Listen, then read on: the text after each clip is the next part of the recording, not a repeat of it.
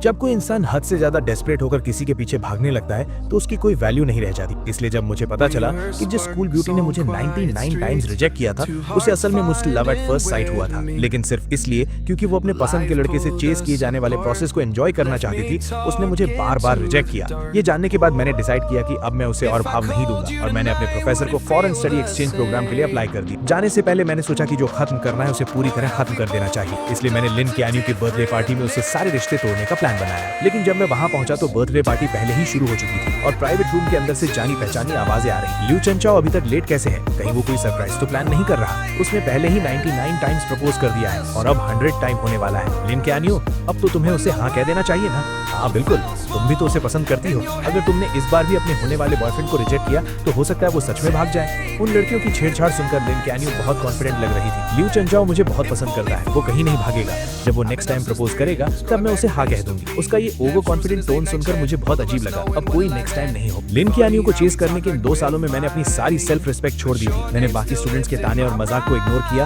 और हर रोज उसे खुश करने के लिए नए नए तरीके आजमाए, लेकिन मेरे सच्चे प्यार का कभी कोई जवाब नहीं मिला है। मैंने कई बार गिव अप करने का भी सोचा और न जाने कितनी रातें अकेले रोते हुए गुजारी, लेकिन अगले दिन मैं फिर से हिम्मत जुटाकर उसके पीछे लग जाता था। यहाँ तक कि उसके करीब रहने के लिए मैंने उस फॉरेन एक्सचेंज स्टूडेंट प्रोग्राम को भी लगभग छोड़ ही गया था, जिसे पाना बहुत मुश्किल था। जब तक कि उस दिन मैंने गलती से लिन कैन्यू का फोन नहीं देख लिया। तब मुझे पता चला कि लिन कैन्यू को भी मुझसे लव एट फर्स्ट साइट हुआ था। उसने मेरा contact name dear husband save किया हुआ था और उसकी गैलरी में मेरी हजारों फोटोज थी। लेकिन ये जानने के बाद कि वो भी मुझे पसंद करती है, मुझे बिल्कुल भी खुशी नहीं हुई, बल्कि मुझे बहुत गुस्सा आया और सब कुछ एक मजाक लगने लगा। मैं थक चुका हूँ, मैंने हार मान ली है, अब मैं बस जाना चाहता हूँ और लिन कैन्यू की दुनिया से हमेशा के लिए गायब होना चाहता हूँ। जैसे ही मैंने दरवाजा खोला, रूम के अंदर की बातें अचानक रुक गई। सबने बड़ी चालाकी से मुंह घुमा लिया और दूसरी बातें करने लगे, जैसे उन्होंने मुझे देखा ही ना हो। लिन कैन्यू ने भी अपनी ड्रिंक उठाई और गेम में शामिल हो गई। उसने एकदम कोल्ड सा फेस बना रखा था और मेरी तरफ देखा तक नहीं। मैंने उसकी तरफ देखा और मुझे मानना पड़ा कि उसकी एक्टिंग सच में कमाल की थी। पूरे रूम के लोगों के मुझे इग्नोर करने पर भी मुझे बिल्कुल बुरा नहीं लगा। मैं चुपचाप जाकर कॉर्नर की एक खाली सीट पर बैठ गया। अगले 1 घंटे तक सब लोग आपस में बातें करते रहे और मजे करते रहे, लेकिन मैं वहीं बैठकर अकेले अपना फोन चलाता रहा, जैसे कि मैं वहां हूं ही नहीं। पहले जब भी लिन कैन्यू सामने आती थी तो मैं किसी भी तरह उसके पास जाने का मौका ढूंढता था और उसका अटेंशन पाने के लिए अलग अलग टॉपिक्स पर बात करता था। इस बर्थडे पार्टी के लिए भी मैंने उसे बहुत मनाया था और कई लोगों से सिफारिश करवाई थी, तब जाकर उसने मुझे इन्वाइट किया था। नॉर्मली जो चीज इतनी मुश्किल से मिले उसकी ज्यादा कद्र होनी चाहिए, लेकिन मेरा ये रिलैक्स्ड एटीट्यूड देखकर ऐसा लग रहा था जैसे मुझे उसके बर्थडे की कोई परवाह ही नहीं। मेरा ये पहले से एकदम अलग और कोल्ड बिहेवियर देखकर लिन कैन्यू आखिरकार खुद को रोक नहीं पाई और उसने छुप छुप कर मुझे कई बार देखा। बर्थडे सॉन्ग गाने और केक काटने के बाद जल्द ही गिफ्ट देने का टाइम आ गया। मैंने सबका वेट की कि सब अपने गिफ्ट्स दे दें। फिर मैं आराम से खड़ा हुआ और अपने बैग से कैलेंडर निकाल कर उसे दे दिया। वहां मौजूद सभी लोग हैरानी से मुझे देखने लगे, क्योंकि वो कैलेंडर बस एक हाथ के साइज का था और उसमें सिर्फ 30 पेजेस थे। वो देखने में बहुत ही सस्ता लग रहा था। मुझे फर्क नहीं पड़ा कि बाकी लोग क्या सोच रहे हैं। मैंने बस लिन कैन्यू की तरफ देखा और आराम से कहा, लिन कैन्यू, आज से तुम हर दिन इसका एक पेज फाड़ना। जब तुम आखिरी पेज पर पहुंचोगी तो तुम्हारे लिए एक सरप्राइज होगा और वही मेरा तुम्हारे लिए लेट बर्थडे गिफ्ट है। ये सुनते ही उसके कुछ रूममेट जोर जोर से हंसने लगे। 100 टाइम प्रपोज करने का प्लान है क्या? तुम में सच में बहुत हिम्मत है। 2 साल हो गए और तुम अभी भी लगे हुए हो। तुम सच में चियानियो को बहुत पसंद करते हो ना? उनकी इन बातों को सुनकर लिन चियानियो ने भी यही सोचा कि ये 100th प्रपोजल का काउंटडाउन कैलेंडर है। उसके होंठों पर हल्की सी स्माइल आई, लेकिन उसने तुरंत उसे छुपा लिया और फिर से अपना कोल्ड फेस बना लिया। मैंने बस ये कहा था कि जब तुम 100 टाइम्स प्रपोज कर लोगे तब मैं इसके बारे में सोचूंगी। मैंने ये नहीं कहा था कि मैं पक्का हाँ कह दूंगी। मुझे पता था कि वो सब गलत समझ रहे थे। आखिरी पेज फाड़ने वाला दिन मेरे प्रपोज करने का दिन नहीं था, बल्कि वो दिन था जब मैं उसकी दुनिया से पूरी तरह गायब होने वाला था। मैंने कुछ एक्सप्लेन नहीं किया, बस हल्का सा हंसा और बोला, लिन कैन्यू, मैं इतने टाइम से तुम्हारे पीछे हूँ, लेकिन तुम्हें इंप्रेस नहीं कर पाया। मैं सच में जानना चाहता हूँ कि आखिर तुम्हारा आइडियल टाइप कैसा है। मेरे ये पूछते ही पूरा रूम शांत हो गया और सब उसकी तरफ एक अजीब सी नजरों से देखने लगे। लिन कैन्यू ने मेरी तरफ घूर कर देखा, कुछ सेकंड्स तक चुप रही और फिर धीरे से बोली, मेरा आइडियल टाइप। उसने अभी बात शुरू ही की थी कि बंद दरवाजा अचानक खुला और सबका अटेंशन उस तरफ चला गया। सबकी नजरों के सामने जू यानशु एक बहुत ही ब्यूटीफुली पैक्ड बॉक्स लेकर अंदर आई। लिन कैन्यू के चेहरे पर एक प्यारी सी स्माइल आ गई। Happy birthday चियानियो। लिन कैन्यू की नजरें इस विश के साथ जू यानशु पर टिक गई। उसने अपनी उंगलियों से धीरे से टेबल को नॉक किया और अपनी अधूरी बात पूरी करते हुए बोली, मेरा आइडियल टाइप बेशक एक चेयरफुल और क्लीन लुक वाला हैंडसम गाय है। दरवाजे से अंदर आते ही ऐसी बातें सुनकर जू यानशु के चेहरे पर खुशी आ गई। वो जल्दी से उसके पास गई, अपना केयरफुली प्रिपेयर्ड गिफ्ट उसे दिया और उसे वहीं पर ओपन करने की जिद करने लगी। पल भर में ही सबका ध्यान भटक गया और किसी ने उस टॉपिक पर आगे बात नहीं की। उन दोनों को लोगों से घिरा हुआ देखकर मैंने कोई उदासी नहीं दिखाई, बल्कि मैं बहुत ही कामली वापस अपनी जगह पर जाकर बैठ गया। पूरी रात लिन च्यानियो जहां भी गई, जू यानशु हमेशा उसके साथ रही। वो दोनों हंस बोल रहे थे, एक दूसरे की ड्रिंक्स शेयर कर रहे थे और एक ही केक का पीस खा रहे थे। मैं चुपचाप उनकी ये क्लोजनेस देखता रहा और मेरे दिमाग में कई पुरानी यादें ताज़ा हो गई। हालांकि लिन च्यानियो किंगडा की स्कूल ब्यूटी है और उसके बहुत चाहने वाले हैं,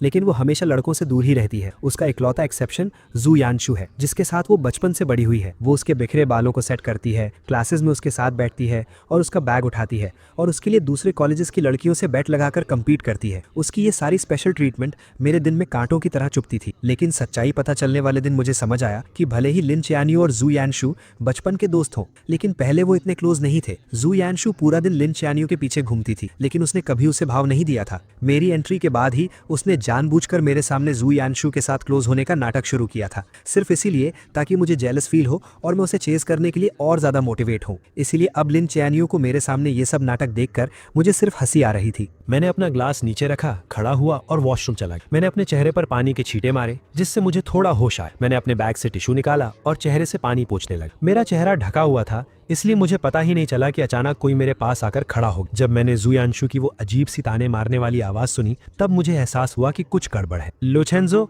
तुम इतने सालों से सिस्टर चियानियो के पीछे पड़े हो, लेकिन उसने कभी हाँ नहीं कहा, और तुम्हारी इतनी हिम्मत कि तुम बेशर्मों की तरह इस बर्थडे पार्टी में भी आ गए। मैं तुमसे रिक्वेस्ट करती हूँ, वो तुम्हें बिल्कुल पसंद नहीं करती। क्या तुम्हें थोड़ी भी सेल्फ रिस्पेक्ट नहीं है? तुम बस एक सस्ते डेस्परेट इंसान हो। उसकी बातें सुनकर मेरे चेहरे पर जरा सा भी गुस्सा नहीं। मैंने बस उसे कामली देखा और पूछा, क्या तुम्हारी बकवास खत्म हो गई? जू यानशु को मेरे ऐसे रिएक्शन की उम्मीद नहीं, इसलिए वो कुछ पल के लिए हैरान रह गई। बिल्कुल नहीं। क्या तुम्हें पता है कि पूरा स्कूल तुम्हारे बारे में क्या कहता है? 99 टाइम्स प्रपोज करने वाला डेस्परेट कुत्ता। आखिरकार तुम भी एक स्टूडेंट हो, क्या तुम्हें अपनी इज्जत की कोई परवाह नहीं है? कोई भी देखकर बता सकता है कि सिस्टर चियानियो मुझे पसंद करती है। तुम अपनी ये अंधी आंखें खोलकर क्यों नहीं देखते? उसका ये बदतमीजी भरा रवैया देखकर भी मुझे कोई फर्क नहीं पड़ा। मैंने बस अपनी नजरें उससे हटाकर उसके पीछे की तरफ कर ली और कहा, इससे पहले कि तुम और गालियां दो, अपने पीछे देख लो। मेरी नजर का पीछा करते हुए जू यानशु अजीब सा मुंह बनाकर पीछे मुड़ी और सामने दरवाजे के बाहर लिन चियानियो खड़ी थी। ऐसा लग रहा था कि वो काफी देर से वहां खड़ी थी और शायद उसने अभी अभी जो कुछ हुआ वो सब देख लिया था। ये सोचते ही जू यानशु अचानक घबरा गई। उसके चेहरे पर तुरंत वो बेचारी और मासूम सी एक्टिंग वापस आ गई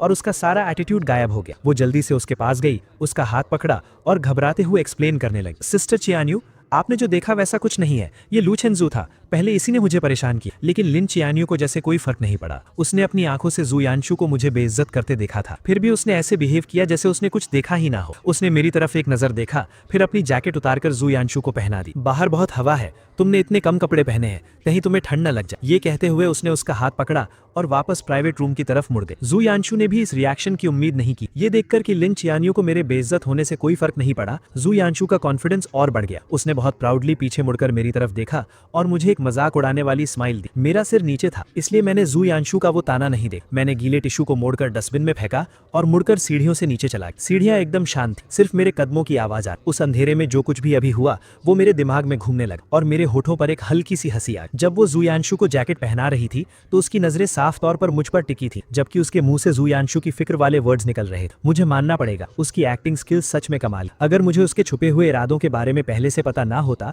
तो शायद मैं सच में उसके धोखे में आ जाता। बाहर जोरों की बारिश हो रही थी और कैब्स लगभग बंद हो चुकी थी। सब लोग बार के दरवाजे पर ही फंस गए थे। लिन चियानियो ने अपने फैमिली ड्राइवर को बुला लिया और कहा कि वो जू यानशु को घर छोड़ेगी। इतनी रात हो गई है, सब जा चुके हैं और लूचेंजू को अकेले यहाँ कैब का वेट करना अच्छा नहीं लगेगा ना। लिन चियानियो ने ड्राइवर से छाता लिया और बोली, उसके पास पैर है, वो खुद चला जाएगा। ये कहकर उसने मेरे रिएक्शन की परवाह किए बिना जू यानशु को लिया और कार में बैठ गए। बारिश में दूर जाती उस स्पोर्ट्स कार को देखकर मुझे कोई फर्क नहीं पड़ा। मैं अपनी कैब ऐप पर कैब ढूंढता रहा। ठंडी हवा में 2 घंटे से ज्यादा वेट करने के बाद जब बारिश थोड़ी रुकी तब आखिरकार एक ड्राइवर ने मेरी राइड एक्सेप्ट की। जब मैं घर पहुंचा तो रात के 2 बज चुके थे। मैं अपने दरवाजे पर गया, पासवर्ड डाला और जैसे ही दरवाजा खुला, सामने वाला दरवाजा भी खुला। आगे से जल्दी आया करो, तुम्हारे दरवाजा खोलने की आवाज बहुत तेज है, मेरी नींद खराब होती है। मैंने देखा कि उसने अभी तक अपने कपड़े भी चेंज नहीं किए थे। मुझे सब समझ आ गया और मैं मन ही मन हंसा। मैंने बस यूं ही बोला और सीधा मुड़कर अपने रूम में चला गया। मैंने लाइट्स ऑन की और दरवाजा बंद कर लिया। जब मैंने जूते चेंज कर लिए तब बाहर से दरवाजा जोर से बंद होने की आवाज आई। मैंने उस पर ध्यान नहीं दिया, अपने कपड़े उतारे,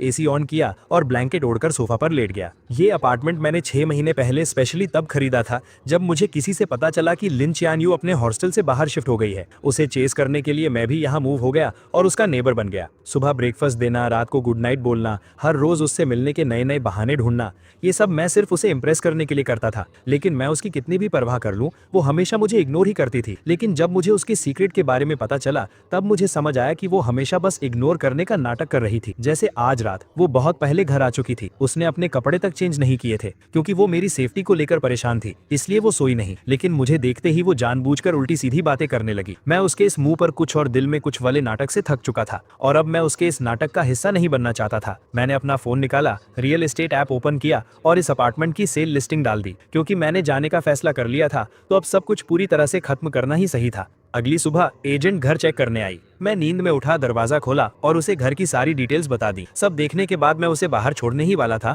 कि सामने वाला दरवाजा खुल गया। लिन चियान्यू कार की कीज लेकर बाहर जा रही थी। मेरे साथ एक अनजान औरत को देखकर उसकी भौएं अचानक सिकुड़ गईं। ये कौन है? ये मेरी कजन सिस्टर है, कुछ सामान देने आई थी। मैंने बिना किसी झिझक के झूठ बोल दिया। मेरे पास खड़ी एजेंट हैरानी से मुझे देखने लगी, लेकिन वो बहुत प्रोफेशनल थी, इसलिए उसने मेरा झूठ पकड़ा नहीं और एक बहाना बनाकर वहां से चली गई। मैं वापस रूम में गया, कपड़े चेंज किए और स्कूल जाने का प्लान बनाया। लेकिन जैसे ही मैं मुड़ा, एलिवेटर के सामने कोई खड़ा था और रास्ता रोक रखा था। मैंने सिर उठाकर देखा तो वो लिन चियान्यू थी। मुझे थोड़ा अजीब लगा, क्या वो अभी बाहर नहीं जा रही थी? वो अभी तक गई क्यों नहीं? लिन चियान्यू ने मेरी आंखों में वो कंफ्यूजन देखा और थोड़ी ऑकवर्ड होते हुए बोली, आज मैं तुम्हें स्कूल ड्रॉप कर दूंगी। मुझे समझ नहीं आ रहा था कि आज वो एक अलग इंसान की तरह बिहेव क्यों कर रही है, तो मैंने सिर हिलाकर मना कर दिया। लेकिन वो किसी बीमार इंसान की तरह मुझे ड्रॉप करने की जिद करने लगी। उसने बहुत से बहाने बनाए, लेट होने से लेकर रास्ते में पढ़ने तक। जब लगा कि वो एनवायरनमेंट सेव करने वाला बहाना भी देने ही वाली है, तो मैं उससे बहस नहीं कर पाया। मैं और टाइम वेस्ट नहीं करना चाहता था, इसलिए मैं मान गया। पूरे रास्ते हम दोनों ने एक शब्द भी नहीं बोला। कार के अंदर एकदम सन्नाटा था। उसे मेरी बकबक सुनने की आदत थी। अब मुझे इतना शांत देखकर लिन चियान्यू को बहुत अजीब लग रहा था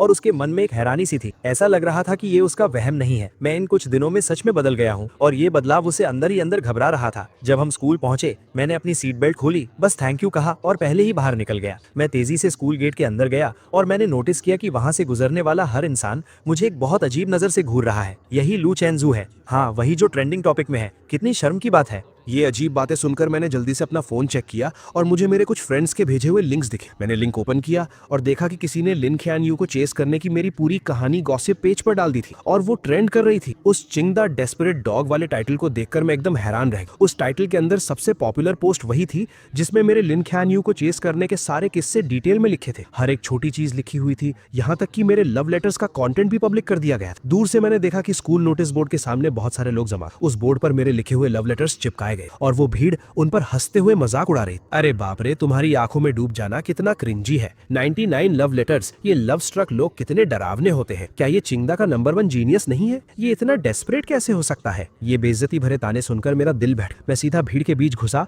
और एक एक करके सारे लेटर्स फाड़ने लगा। जब मैं आखिरी लेटर फाड़ रहा था, तभी मेरे कानों में जू यानशु की तीखी और कड़वी आवाज, सिस्टर ख्यान्यू, लू चेंजू ने आपको इतनी बार प्रपोज किया है, आपको उसके लिए कितनी फीलिंग्स हैं? लिन ख्यान्यू की आवाज हमेशा की तरह एकदम ठंडी थी। उसने सिर्फ एक शब्द, जीरो। दोनों मेन कैरेक्टर्स को मौके पर देखकर और मुझे सरेआम इस तरह बेइज्जत होते हुए देखकर भीड़ की हंसी और भी तेज और बेकाबू हो गई। कुछ तमाशा देखने वालों ने जानबूझकर मुझे ताना मारते हुए पूछा, लू चेंजू, तुमने 99 टाइम्स प्रपोज किया और बदले में तुम्हें जीरो मिला, क्या तुम्हें और मेहनत नहीं करनी चाहिए? तुम्हारा नेक्स्ट प्रपोजल कब होने वाला है? हम सब भी देखने आएंगे और तुम्हें कुछ टिप्स भी देंगे, कैसा रहेगा? मैंने अपने हाथों में उन फटे हुए लव लेटर्स को कसकर पकड़ ली, इतनी जोर से कि मेरी उंगलियां सफेद पड़ गई। कुछ बातें मेरे होठों तक आईं और मैं कुछ बोलने ही वाला था, लेकिन चारों तरफ से मुझे घूरती उन नजरों को देखकर मैंने खुद को रोक लिया। मैंने अपने हाथों में उन लेटर्स को हवा में ऊंचा उठाया जैसे कोई बैटल फ्लैग लहरा रहा हो और जोर से अनाउंस, ठीक है, 100वां प्रपोजल, स्कूल के सेंट्रल स्क्वायर में 3 दिसंबर की सुबह 9 बजे। पूरे स्कूल के स्टूडेंट्स अपने दोस्तों के साथ इसे देखने के लिए इनवाइटेड है। ये कहने के बाद मैंने परवाह नहीं की कि वहां खड़े लोग क्या रिएक्शन दे रहे हैं। मैं अपना सिर ऊंचा करके पूरे कॉन्फिडेंस के साथ वहां से चला गया। उस सुबह मैं अपनी क्लासेस में नहीं गया। मैं वापस घर आ गया और मैंने अपने पास रखे उन सभी लव लेटर्स को एक एक करके फाड़ा, उन्हें जलाकर राख कर दिया और फिर फ्लश कर दिया। वीकेंड पर एक क्लब जो काफी टाइम से इनएक्टिव था, उसने अचानक मीटअप का मैसेज भेजा। मुझे वैसे भी अपनी क्लब रेजिग्नेशन एप्लीकेशन देनी थी, तो मैं वहां चला गया। लेकिन जैसे ही मैंने दरवाजा खोला, मैंने देखा कि लिन चियान्यू, जो कभी इन इवेंट्स में नहीं आती थी, वो भी आज हैरानी से वहां मौजूद। मैंने उसे इग्नोर किया और सीधा कॉर्नर में जाकर बैठ गया। मुझे देखते ही जू यानशु के कुछ दोस्तों ने नाटक शुरू कर। चियान्यू यहाँ आने के लिए कैसे मान गई? बेशक इसीलिए क्योंकि यानशु को पार्टी करना पसंद है। सब जानते हैं कि हमारी स्कूल ब्यूटी सिर्फ यानशु की बात मानती। मुझे उनके इन सस्ते नाटकों में कोई इंटरेस्ट नहीं, इसलिए मैंने बस कुछ ऑरेंजेस लिए और उन्हें छील कर खाने। जब सब लोग जमा हो गए तो प्रेसिडेंट ने गेम शुरू करने की अनाउंसमेंट। मुझे कोई इंटरेस्ट नहीं था, लेकिन मुझे जबरदस्ती खींचा गया और मुझे बिना मन के इस बोरिंग ट्रूथ और डेयर गेम को खेलना पड़ा। 7-8 राउंड्स के बाद आखिरकार लिन ख्यान यू हार गई। सब लोग एक्साइटमेंट भी चिल्लाने लगे। लिन स्कूल ब्यूटी को डेयर मिला है, कमरे में मौजूद किसी भी ऑपोजिट जेंडर को 3 मिनट तक किस करना। जल्दी बताओ स्कूल ब्यूटी ये डेयर पूरा करने के लिए किसे सिलेक्ट कर। मुझे पता था कि वो मुझे नहीं चुनेगी और मुझे फर्क भी नहीं पड़ता था कि वो किसे चुनती। मैं बस अपना सिर नीचे किए अपने हाथ में रखे डाइस के साथ खेलता रहा और बिल्कुल मेरी उम्मीद के मुताबिक लिन ख्यान यू ने जू यानशु को चुना। लेकिन उसने एक शर्त रखी कि कमरे की सारी लाइट्स बंद कर दी जाएं। कमरे में घुप अंधेरा था और सिर्फ सांसों की आवाजें सुनाई दे रही। 3 मिनट बाद लाइट्स ऑन हो। लिन ख्यान यू आकर अपनी जगह बैठ गए, लेकिन जो यानशु वहीं खड़ी हैरान थी और उसका चेहरा उतरा हुआ था क्योंकि लिन ख्यान यू ने उसे किस नहीं किया था। मैंने बस एक नजर उसकी तरफ देखा, तभी प्रेसिडेंट ने नेक्स्ट राउंड शुरू करने को कहा। मैंने अपने हाथ की 3 डाइस बिना सोचे समझे फेंक दी। बदकिस्मती से तीनों डाइस पर 1 आया, जो सबसे लोवेस्ट स्कोर था। मैंने बिना कुछ कहे कार्ड्स के पाइल से एक कार्ड निकाला और वो वही सेम डेयर था, बिल्कुल सेम पनिशमेंट। पल भर में कमरे के सभी लोग एक्साइट हो गए और उनकी नजरें मेरे, लिन ख्यान यू और जो यानशु के बीच घूमने लगी। मैंने ऐसे प्रिटेंड किया जैसे मैं कुछ देख ही नहीं रहा। मैंने गेम का पॉइंटर घुमा दिया और वो मेरे सामने बैठी एक जूनियर गर्ल पर जाकर रुका। सबको लगा कि मैं पीछे हटने वाला हूँ। मैंने उस जूनियर से कहा, सॉरी, तुम्हें थोड़ी परेशानी होगी। वो जूनियर एकदम कंफ्यूज थी और बस खड़ी होने ही वाली थी कि अचानक लिन ख्यान यू झटके से खड़ी हुई और उसने अपनी चेयर को लात मारकर गिरा दी। जब किसी को समझ नहीं आ रहा था कि क्या हुआ, उसने ठंडे स्वर में बात काटते हुए कहा, बहुत देर से खेल रहे हैं, मैं थक गई हूँ, अब ब्रेक का टाइम है ना। उसके रूममेट्स भी हाँ में हाँ मिलाने लगे तो प्रेसिडेंट को मजबूरन पनिशमेंट को होल्ड पर रखना पड़ा। ब्रेक के दौरान कुछ लड़कियों ने कहा कि उन्हें भूख लगी। रूममेट्स तुरंत कमरे के लड़कों को नीचे खाने पीने का सामान लाने के लिए ले गए और उन्हें गए हुए 20 मिनट हो गए। उन्हें वापस आता ना देख प्रेसिडेंट और वेट नहीं करना चाहता था, इसलिए उसने गेम कंटिन्यू करने की अनाउंसमेंट की। मैंने अपना फोन नीचे रखा और चारों तरफ देखा। तब मुझे पता चला कि वो जूनियर वहाँ नहीं थी। सच कहूँ तो लिन ख्यान यू को छोड़कर वहाँ कोई भी लड़की नहीं थी। मुझे गैस करने की जरूरत नहीं थी, मुझे पता था कि ये लिन ख्यान यू ने जानबूझकर किया है, लेकिन मैं उसके प्लान को सक्सेसफुल नहीं होने देना चाहता था। इसलिए मैंने अपने सामने रखा 500 ml का ग्लास उठाया और सबकी तरफ इशारा की। मैंने जिस पार्टनर को सिलेक्ट किया था वो जा चुका, इसलिए गेम के रूल्स के हिसाब से मैं ड्रिंक खत्म करके अपनी पनिशमेंट पूरी करूंगा। ये कहने के बाद मैंने बिना कोई एक्सप्रेशन बदले पूरा ग्लास एक सांस में खत्म कर दी। लिन ख्यान यू को उम्मीद नहीं थी कि मैं उसे चुनने के बजाय ड्रिंक पीना चूज करूंगा। उसका चेहरा तुरंत गुस्से से डार्क हो गया। उसने मेरी तरफ देखा जिसका चेहरा अब लाल हो रहा था और अपने हाथ में पकड़े डाइस को इतनी जोर से दबाया कि उससे आवाज आने लगी। आधे लोगों के चले जाने के बाद गेम में कोई मजा नहीं बचा था, इसलिए वो पार्टी वहीं खत्म हो गई। मैं नशे में झूमता हुआ सबके जाने का वेट करता रहा। फिर मैंने अपने बैग से क्लब रेजिग्नेशन एप्लीकेशन निकाली और प्रेसिडेंट को दे दी। दीवार के सहारे मैं नीचे जाने की कोशिश करने लगा। मैं सीढ़ियों के पास पहुंचा ही था कि मुझे धुंधला धुंधला जो यानशु दिखाई दी। मैं उसे इग्नोर करके साइड से निकलने ही वाला था कि उसने मेरा हाथ जोर से पकड़ लिया। उसकी आंखों में बहुत गुस्सा था। अभी लाइट्स ऑन होने के बाद तुमने मुझे उस अजीब नजरों से क्यों देखा था? मैं तुम्हें बता दूं, भले ही सिस्टर कैनियो में मुझे किस नहीं किया, उसका भी एक रीजन था। वो मेरी रिस्पेक्ट करती है। उसकी बातें सुनकर मेरी हंसी छूटने ही वाली थी, लेकिन मुझे पता था कि इस वक्त मैं कुछ भी कहूँ जो यानशु नहीं समझेगी, इसलिए मैंने बस अपना सिर हिलाया और कहा, तुम बिल्कुल सही कह रही हो। ये कहकर मैंने उसका हाथ छुड़ाया और जाने लगा, लेकिन जो यानशु ने मुझे और जोर से पकड़ लिया और लगातार मुझे गालियां देने लगी। हम दोनों के बीच धक्का मुक्की होने लगी। मेरे पैर वैसे ही लड़खड़ा रहे थे और उसके खींचने की वजह से मेरा बैलेंस बिगड़ गया। मैं सीधा पीछे की तरफ गिरा और उन ऊंची सीढ़ियों से नीचे लुढ़कता चला गया। जो यानशु भी घबरा गई और उसका बैलेंस बिगड़ गया, जिससे वो भी मेरे साथ सीढ़ियों से नीचे गिर गई। ऊपर से गिरने की आवाज सुनकर जो स्टूडेंट्स अभी ज्यादा दूर नहीं गए थे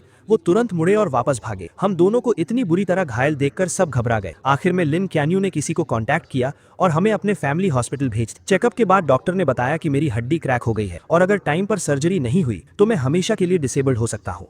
जब से उसे पता चला कि हमें चोट लगी है, उसकी नजरें मुझसे एक पल के लिए भी नहीं हटी। मेरे पीले पड़े चेहरे और माथे से टपकते पसीने को देखकर ऐसा लग रहा था जैसे वो भी मेरे दर्द को फील कर रही थी और उसका दिल भी दर्द से तड़प रहा था। ऑपरेशन थिएटर रेडी था, लेकिन हॉस्पिटल में अभी सिर्फ एक ही एक्सपर्ट डॉक्टर मौजूद था जो ये सर्जरी कर सकता था। लिन ख्यान यू को डिसाइड करना था कि पहले सर्जरी किसकी होगी। उसने बिना सोचे मेरी तरफ देखा और मेरी नजरें भी उसी पर थी। मेरी उन आंखों में अब पहले वाला प्यार और पागलपन नहीं था, बस एक मरे हुए तालाब जैसी शांति थी। मेरी उस नजर को देखकर लिन ख्यान यू का दिल जोर से कांप उठा। मिस, प्लीज जल्दी डिसाइड कीजिए, पहले की सर्जरी करनी है। मैं स्ट्रेचर पर अपने पीले पड़े चेहरे के साथ लेटा हुआ था। बेहोश होने से ठीक एक सेकंड पहले मैंने लिन ख्यान यू को पूरे कॉन्फिडेंस के साथ एक नाम लेते हुए सुना, जू यानशु। पहले जू यानशु को बचाओ। जल्दी ही डॉक्टर्स जू यानशु को ऑपरेशन थिएटर में ले गए। जैसे ही वो दरवाजा बंद हुआ मैं पूरी तरह से बेहोश हो गया। जब मुझे दोबारा होश आया तब तक एक दिन बीत चुका था। आंखें खोलते ही सबसे पहले मैंने अपने पैरों को हाथ लगाकर चेक किया। जब मुझे फील हुआ कि मेरे पैर अभी भी सही सलामत हैं, तब जाकर मैंने चैन की सांस ली। मेरी आंखों से खुशी के आंसू छलक पड़े। थैंक गॉड, मैं डिसेबल्ड नहीं हुआ। खबर मिलते ही मेरे पेरेंट्स तुरंत आ गए और मुझे टॉप फ्लोर के वीआईपी वार्ड में शिफ्ट कर दिया, जहां वो मेरी देखभाल करने लगे। 2 घंटे बाद जू यांशु को मेरे ठीक सामने वाले वार्ड में शिफ्ट किया गया। लिन क्यून्यू खुद उसका हाथ पकड़कर उसे अंदर लेकर आई। चेकअप्स में आसानी हो इसलिए दोनों वार्ड्स के दरवाजे खुले हुए थे और मैं सामने वाले वार्ड में जो कुछ भी हो रहा था वो सब साफ साफ सुन सकता था। जू यांशु दर्द से परेशान थी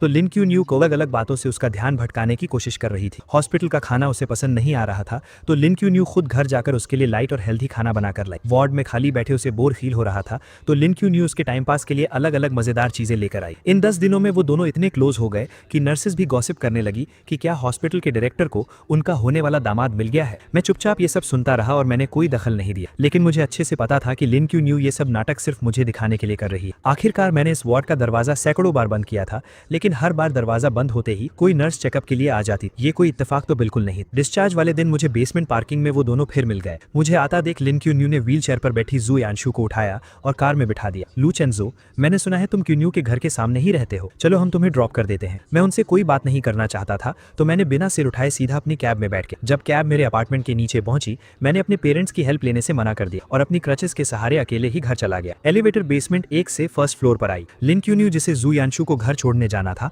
वो अचानक एलिवेटर के अंदर आ गई। हम दोनों ने एक दूसरे को देखा लेकिन किसी ने कुछ नहीं कहा। एलिवेटर 17th फ्लोर पर रुकी। लिन क्यून्यू दरवाजे के पास खड़ी थी और बाहर नहीं जा रही, इसलिए मुझे अपनी क्रचेस के सहारे थोड़ा घूम कर पहले बाहर निकलना पड़ा। मैं धीरे चल रहा था लेकिन मेरे पीछे आ रही लिन क्यून्यू मुझसे भी धीरे चल रही। मैं फील कर सकता था कि उसकी नजरें मुझ पर ही टिकी थी। जब मैं दरवाजे पर पहुंचा मैंने पासवर्ड डालना चाहा लेकिन अचानक मेरी क्रच जमीन पर गिर गई। मुझे दीवार के सहारे धीरे धीरे नीचे झुकना पड़ा। जैसे ही मैंने अपनी क्रच पकड़ी अचानक मेरे सामने एक परछाई सी आई। लिन क्यान यू भी नीचे बैठ गई थी, शायद मेरी क्रच उठाने के लिए, लेकिन जैसे ही उसकी नजर मुझसे मिली उसने अपना हाथ पीछे खींच लिया और अपने खुले हुए शूलेस बांधने का नाटक करने लगी। मेरे चेहरे पर एक मजाक उड़ाने वाली स्माइल आ गई। मैंने अपनी क्रच उठाई, धीरे धीरे खड़ा हुआ और रूम के अंदर चला गया। घर पर लंबे समय तक रेस्ट करने के बाद फाइनल एग्जाम्स का टाइम आ गया। हालांकि मुझे जल्द ही विदेश जाना था लेकिन अब मैं थोड़ा चल सकता था, इसलिए मैंने एग्जाम पोस्टपोन करने की एप्लीकेशन नहीं दी और एग्जाम देने चला गया। लेक्चर हॉल में बहुत सीढ़ियां थी और मेरे पैरों की चोट अभी पूरी तरह ठीक नहीं हुई थी, इसलिए मैं बीच में फर्स्ट रो में बैठ गया। थोड़ी देर में लिन क्यान यू जू यांशु को सहारा देकर अंदर लाई। मुझे देखते ही जू यांशु ने तुरंत नाटक शुरू कर दिया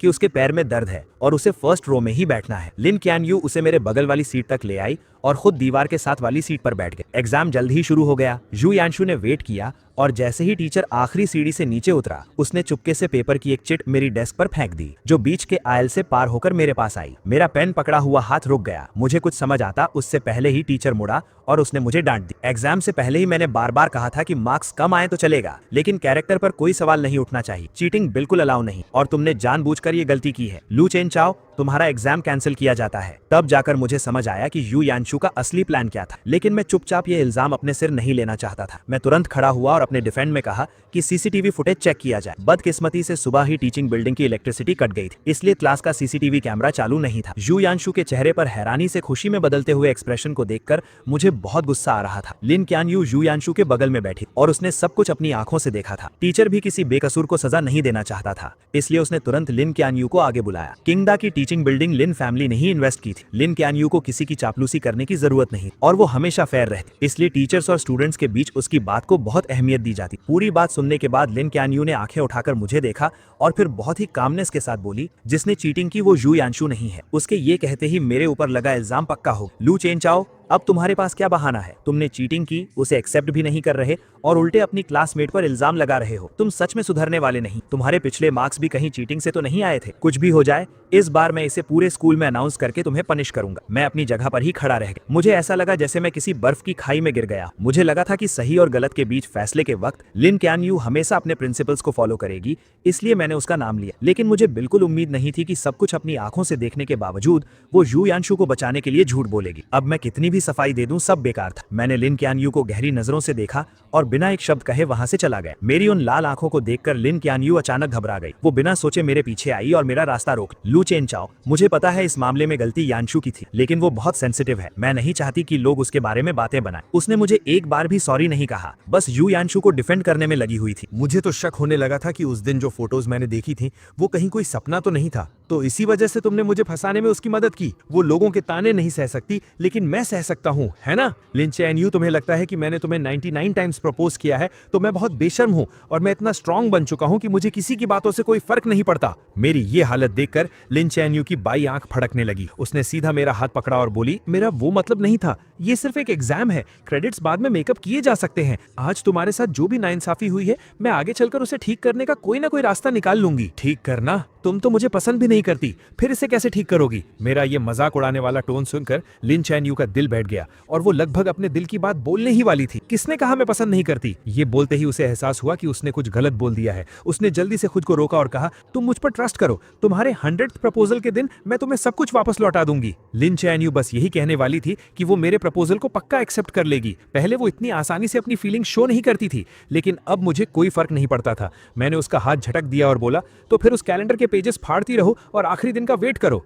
मुझे अपना हाथ पीछे खींचते देख लिन चैन-यू भी हैरान रह गई और आखिरकार उसकी आवाज थोड़ी सॉफ्ट हो गई। ठीक है, सिर्फ 3 दिन बचे हैं, मैं तुम्हें जरूर एक सेटिस्फैक्टरी जवाब दूंगी। मेरे जाने से 3 दिन पहले वो अपार्टमेंट जो मैंने सेल के लिए डाला था वो बिक गया। एजेंट कॉन्ट्रैक्ट लेकर आई और मैंने तुरंत साइन कर दिया। मैं 3 दिन बाद शिफ्ट हो जाऊंगा। इन कुछ दिनों में मैं घर का सारा सामान साफ कर दूंगा और नया ओनर तब यहाँ आ सकेगा। एजेंट ने डेट्स नोट की और मैं उसे एलिवेटर तक छोड़ने गया। दरवाजा खुलते ही लिन चैन-यू 2 बैग्स लिए बाहर आई। उसने कुछ देर तक एजेंट को घूर कर देखा और फिर बहुत पोलाइटली कहा, गुड मॉर्निंग। एजेंट ने भी हैरानी में रिप्लाई किया, गुड मॉर्निंग। एलिवेटर के नीचे जाने के बाद मैं मुड़कर अपने रूम में जाने ही वाला था कि अचानक लिन चैन-यू ने मुझे रोक लिया और अपने हाथ में पकड़ा एक बैग मेरी तरफ बढ़ा दिया। मैं बस वहां से गुजर रही थी। मैंने ये थोड़ा ज्यादा ले लिया है और मैं इसे खत्म नहीं कर पाऊंगी। क्या तुम थोड़ा ट्राई करना चाहोगे? मैंने उस बैग की तरफ एक नजर डाली। वो मेरे फेवरेट ड्राई फ्रूट्स थे। ये शॉप ईस्ट साइड में थी, जहां आने जाने में 2 घंटे लगते थे और वहां 1 घंटे की लाइन में लगना पड़ता था। वो स्पेशली मेरे फेवरेट स्नैक्स खरीदने गई थी और फिर उसे मुझे देने का बहाना ढूंढ लाई। मैंने बिना कुछ कहे वो बैग ले लिया,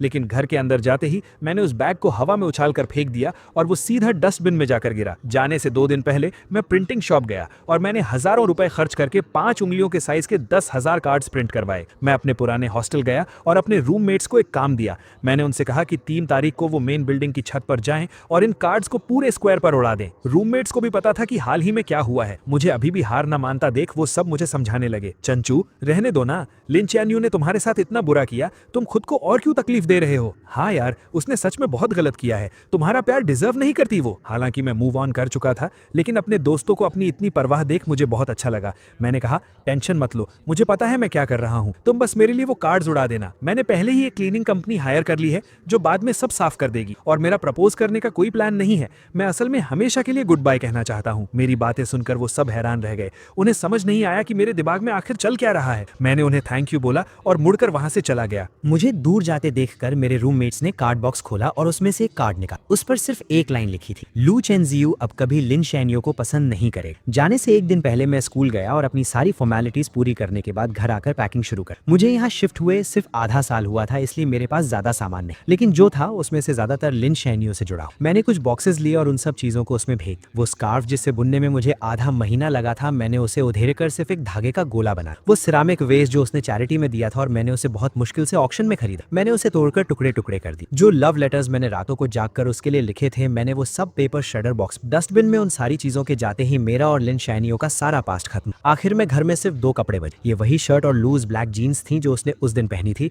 जब हम पहली बार मिले। मैंने माचिस जलाई और उन्हें जलाकर राख कर दी। जब मैं खड़ा हुआ तो मैंने देखा कि लिन चैन-यू कुछ ही दूरी पर खड़ी थी। मैंने बहुत कामली उससे कहा, बस कुछ फालतू का कचरा साफ कर, और मुड़कर अपस्टेयर्स चला। अगले दिन सुबह होते ही मैं सामने वाले दरवाजे की आवाजों से उठ गया। मैंने नींद में अपनी आंखें खोली और टाइम देखने के लिए अपना फोन उठाया। तभी मैंने नोटिफिकेशन बार में लगातार आते हुए ढेरों मैसेजेस देखे। मुझे समझने में थोड़ा टाइम लगा कि ये सारे मैसेजेस 20 से ज्यादा लोगों के ग्रुप से आ रहे हैं। 1 साल पहले लिन चैन-यू की पसंद जानने के लिए मैं चुपके से इस ग्रुप में जुड़ा था। मैं उस ग्रुप से लीव होना भूल गया और लिन चैन-यू को भी नहीं पता था कि मैं उस इतनी सुबह सुबह जो लोग बातें कर रहे थे वो लिन चैन-यू की हॉस्टल फ्रेंड्स थी। चैन-यू इतनी जल्दी उठ गई, कहीं ऐसा तो नहीं कि एक्साइटमेंट के मारे तुम रात भर सोई ही नहीं? ये भी कोई पूछने की बात। वो कल रात 11 बजे से ही तैयारी में लगी। क्या इस बार सच में तुम लू चेन-जियू का प्रपोजल एक्सेप्ट करने वाली हो? यहाँ तक स्क्रॉल करने के बाद मेरे हाथ रुक गए। मैंने देखा कि नीचे लिन चैन-यू ने एक लंबा सा मैसेज टाइप किया हुआ था। प्रपोजल एक्सेप्ट करने की बात नहीं है, हम दोनों एक दूसरे को पसंद करते हैं तो हमारा साथ आना तो वैसे भी तय। अब ये फालतू के सवाल मत, मुझे ये बताओ कि आज कौन सी ड्रेस ज्यादा अच्छी लगे, ये वाली या ये वाली? उसके भेजी गई दर्जनों ड्रेसेस की फोटोज देखकर ग्रुप में खलबली मच गई। हे भगवान, इतनी सारी तैयारियां! क्या ये हमारी वही कोल्ड स्कूल ब्यूटी है जो लड़कों से दूर रहती थी?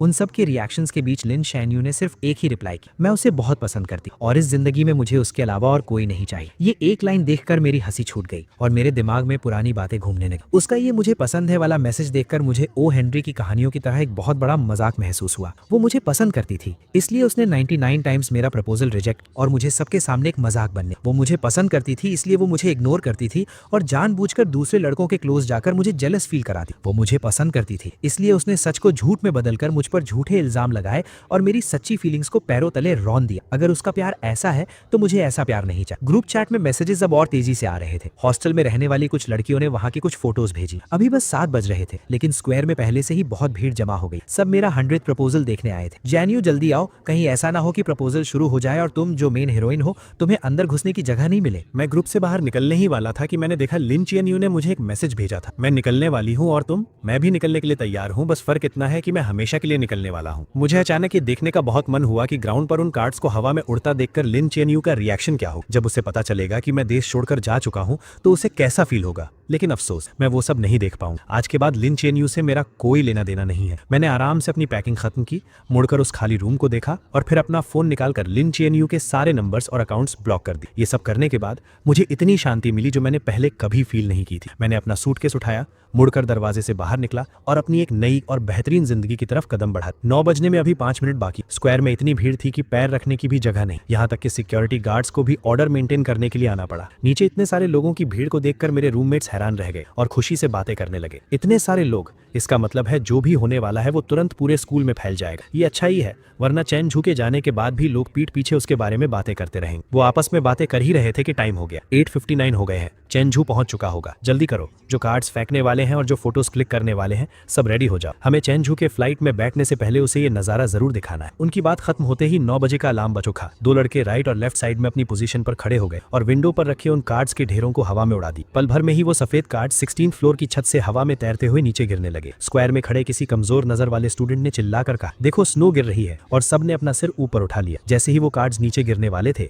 लोगों ने उन्हें पकड़ने के लिए छलांग लगाई, ये देखने के लिए कि आखिर उन पर क्या लिखा है। और स्क्वायर के बिल्कुल बीच में खड़ी लिन चियनयू भी अपना सिर उठाकर ऊपर देख रही थी। उसके साथ खड़ी लड़कियां भी इस नजारे को देखकर हैरान थी। वाओ, ये कितने सारे हैं, कम से कम 10,000 कार्ड्स होंगे। लू चेनझू ने सच में बहुत मेहनत की। अपनी सहेलियों की ये तारीफें सुनकर लिन चियनयू का दिल भी उम्मीदों से भर गया। उसने अपना हाथ ऊपर किया और एक कार्ड कैच कर ली। उसने चेहरे पर स्माइल के साथ उसे पलटा, लेकिन जैसे ही उसने उस पर लिखे वर्ड्स पढ़े, उसके चेहरे की स्माइल वहीं जम गई। उसके बगल में खड़ी सहेलियां उसे चिढ़ाने के लिए आगे आईं, लेकिन कार्ड पर लिखे वर्ड्स देखकर उनकी भी आंखें फटी रह गई और वो हकलाते हुए बोली, ये इम्पॉसिबल है, पक्का कोई गलती हुई है। वो उसे दिलासा देते हुए नीचे गिरे बाकी कार्ड्स उठाने लगी और लिन चेनयू को दिखाने लगी, लेकिन उन नए कार्ड्स पर भी बिल्कुल सेम चीज प्रिंट थी। लू चेनजू अब कभी लिन चेनयू को पसंद नहीं करेगा। अब सब लोग सच में घबरा गए थे। उन्होंने जल्दी से अपने बगल में खड़े लोगों के हाथ से कुछ कार्ड्स छीन लिए, लेकिन उन्हें पढ़ने के बाद उनके दिलों का डर और बढ़ गया। ये कैसे पॉसिबल है? क्या ये प्रपोजल है? ये क्या बकवास लिखी? कहीं किसी ने जानबूझकर गड़बड़ तो नहीं की है? वो लोग अभी भी बहाने बना ही रहे थे कि तभी भीड़ में खड़े बाकी लोगों के हाथ में भी कार्ड्स आ गए और वो जोर जोर से चिल्लाने लगे, लू चेनजू अब कभी लिन चेनयू को पसंद नहीं करेगा। अरे तो ये प्रपोजल नहीं था यार, सबको यहाँ बेवकूफ बनाकर बुलाया गया सिर्फ ये क्लियर करने के लिए। इतनी मेहनत से प्रमोशन किया,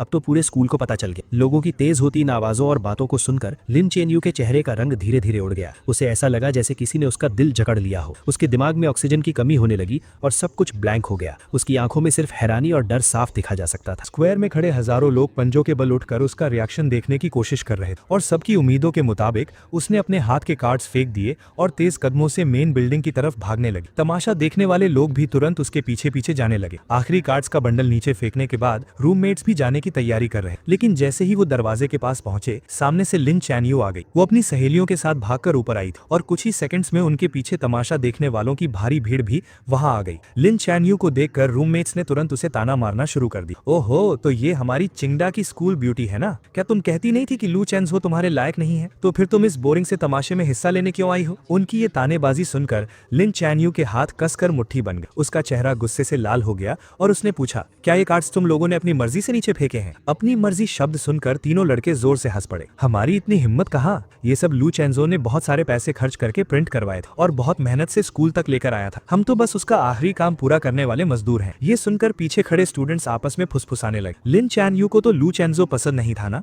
अब जब उस लड़के ने हार मान ली है तो ये इतनी बेचैन क्यों हो रही? तुम्हें क्या पता, नॉवेल्स की लैंग्वेज में इसे कहते हैं कि एक घमंडी लड़के लड़की का घमंड टूट गया है और अब वो अपने प्यार के पीछे भाग रही है। मुझे तो लगता है कि अगर वो अब रिग्रेट कर रही है तो वो इसी लायक है। जब उसने पहले 99 टाइम्स उसे इग्नोर किया तब वो क्या कर रही थी? लोगों की ये बातें लिन चैन के दिल में तीखे चाकुओं की तरह चुभ रही और उन्होंने उसके लंबे समय से चले आ रहे कॉन्फिडेंस को चकनाचूर कर दी। इन 2 सालों में उसे लगा था कि वो मुझे पूरी तरह समझती है और मेरे थॉट्स और एक्शंस को इजीली कंट्रोल कर सकती, और आखिर हुआ भी वैसा ही। मेरे पिछले 99 प्रपोजल्स बिल्कुल वैसे ही खत्म हुए थे जैसे उसने सोचा था। उसे लगा था कि 100th टाइम सब कुछ खत्म हो जाएगा और मेरे और उसके बीच एक परफेक्ट हैप्पी एंडिंग हो। लेकिन जब उसे लग रहा था कि वो पूरी तरह जीत चुकी है, मैंने पूरी दुनिया के सामने उसे सबसे बड़ा झटका दिया। अब वो पहले की तरह शांत और केयरलेस होने का नाटक नहीं कर पा रही। उसकी असलियत सबके सामने आ चुकी। लू चेंजो कहाँ है? प्रेसिडेंट सू ने उसके चेहरे को देखा। उनके होठों पर मजे लेने वाली एक स्माइल आई और उन्होंने हाथ उठाकर चिड़िया के उड़ने का इशारा किया। प्रपोजल खत्म हो गया तो जाहिर सी बात है वो उड़ गया। लू चैन यू को लगा कि वो मजाक कर रहा है, लेकिन आखिरी 2 वर्ड सुनकर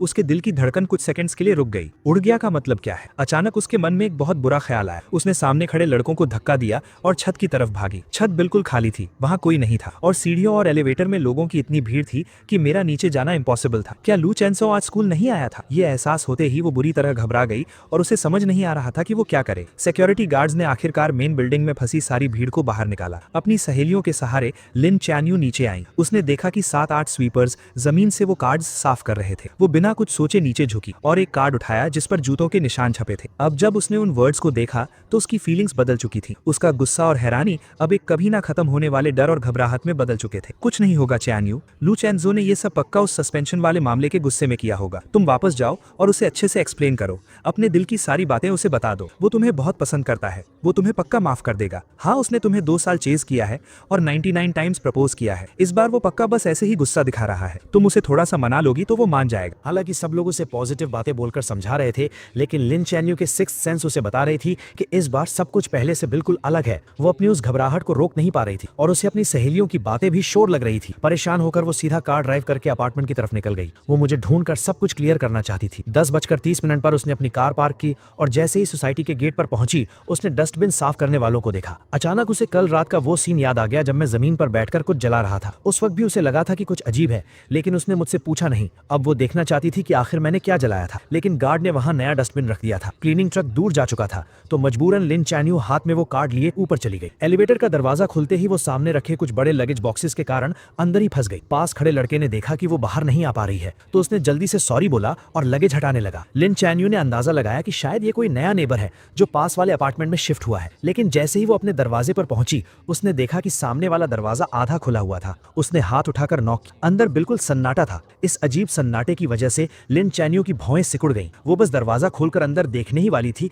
कि पीछे से एक लड़के की आवाज आई, हेलो, मैं 1705 का नया ओनर हूँ, अभी शिफ्ट हुआ हूँ, प्लीज मेरा ख्याल रखिएगा। 1705 सुनकर लिन चैन यू ने बिना सोचे दरवाजे की नेम प्लेट पर देखा। अगले ही पल वो एक मूर्ति की तरह वहीं जम गई। वो लड़का अपना लगेज लाते हुए बहुत एक्साइटमेंट के साथ अपना इंट्रोडक्शन दे रहा था, लेकिन लिन चैन यू ने उसकी एक बात नहीं सुनी। वो अचानक मुड़ी और उसकी नजरें उसके लेफ्ट साइड वाले दरवाजे पर टिक गई। 1705 का डोर नंबर, 1705 का नया ओनर, तो पुराना ओनर कहाँ गया? एजेंट ने बताया कि वो आज सुबह ही शिफ्ट हो गए। क्या आप उन्हें जानती हैं? क्या आप मुझे उनका कॉन्टैक्ट नंबर दे सकती हैं? ऐसा लग रहा था कि उन्हें जाने की बहुत जल्दी थी। उन्होंने इस अपार्टमेंट का प्राइस बहुत कम रखा था तो मैंने जल्दी से इसे खरीद लिया। मैं उन्हें एक बार थैंक यू बोलना चाहता था। इन कुछ शब्दों ने लिन चैन यू का दिमाग सुन कर दिया। काफी देर तक वहीं खड़े रहने के बाद उसे अचानक होश आया। वो साइड हुई और उसने उस आधे खुले दरवाजे को धक्का देकर खोल दिया। रूम पूरी तरह खाली था। कुछ फर्नीचर को छोड़कर वहां कोई भी पर्सनल चीज नहीं थी। वो कमरा एक नए घर की तरह एकदम साफ था। उस लड़के ने लिन चैन यू के पीले पड़ते चेहरे पर ध्यान नहीं दिया और अभी भी दांत दिखाते हुए हंस रहा था। साफ है ना?